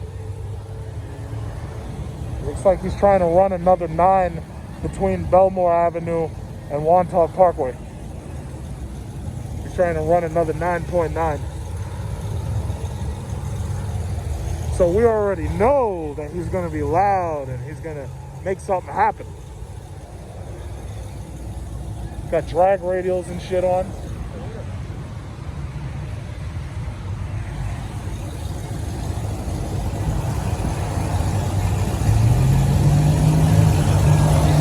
I gotta say, Kia's making some good-looking cars. Oh shit, that's a BMW. My fault, my fault. I thought that was a Kia. My fault, my fault. Yeah, so, oh snap, you know what it is? I looked at that grill and I thought that thing was a damn Kia. My fault, my fault. I said Kia's making better-looking cars. That's funny. Uh-oh, here we go.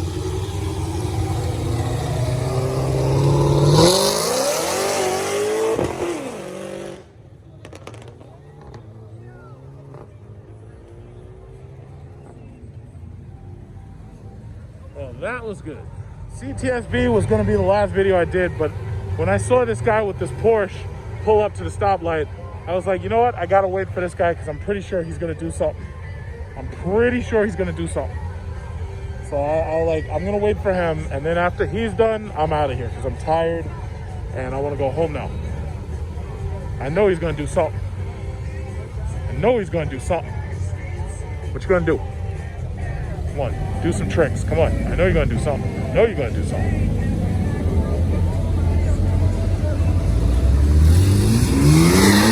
Oh shit! See, I told you he was gonna do something. I told you. All right, that was fun, right? That was fun. Another successful BELLMORE night.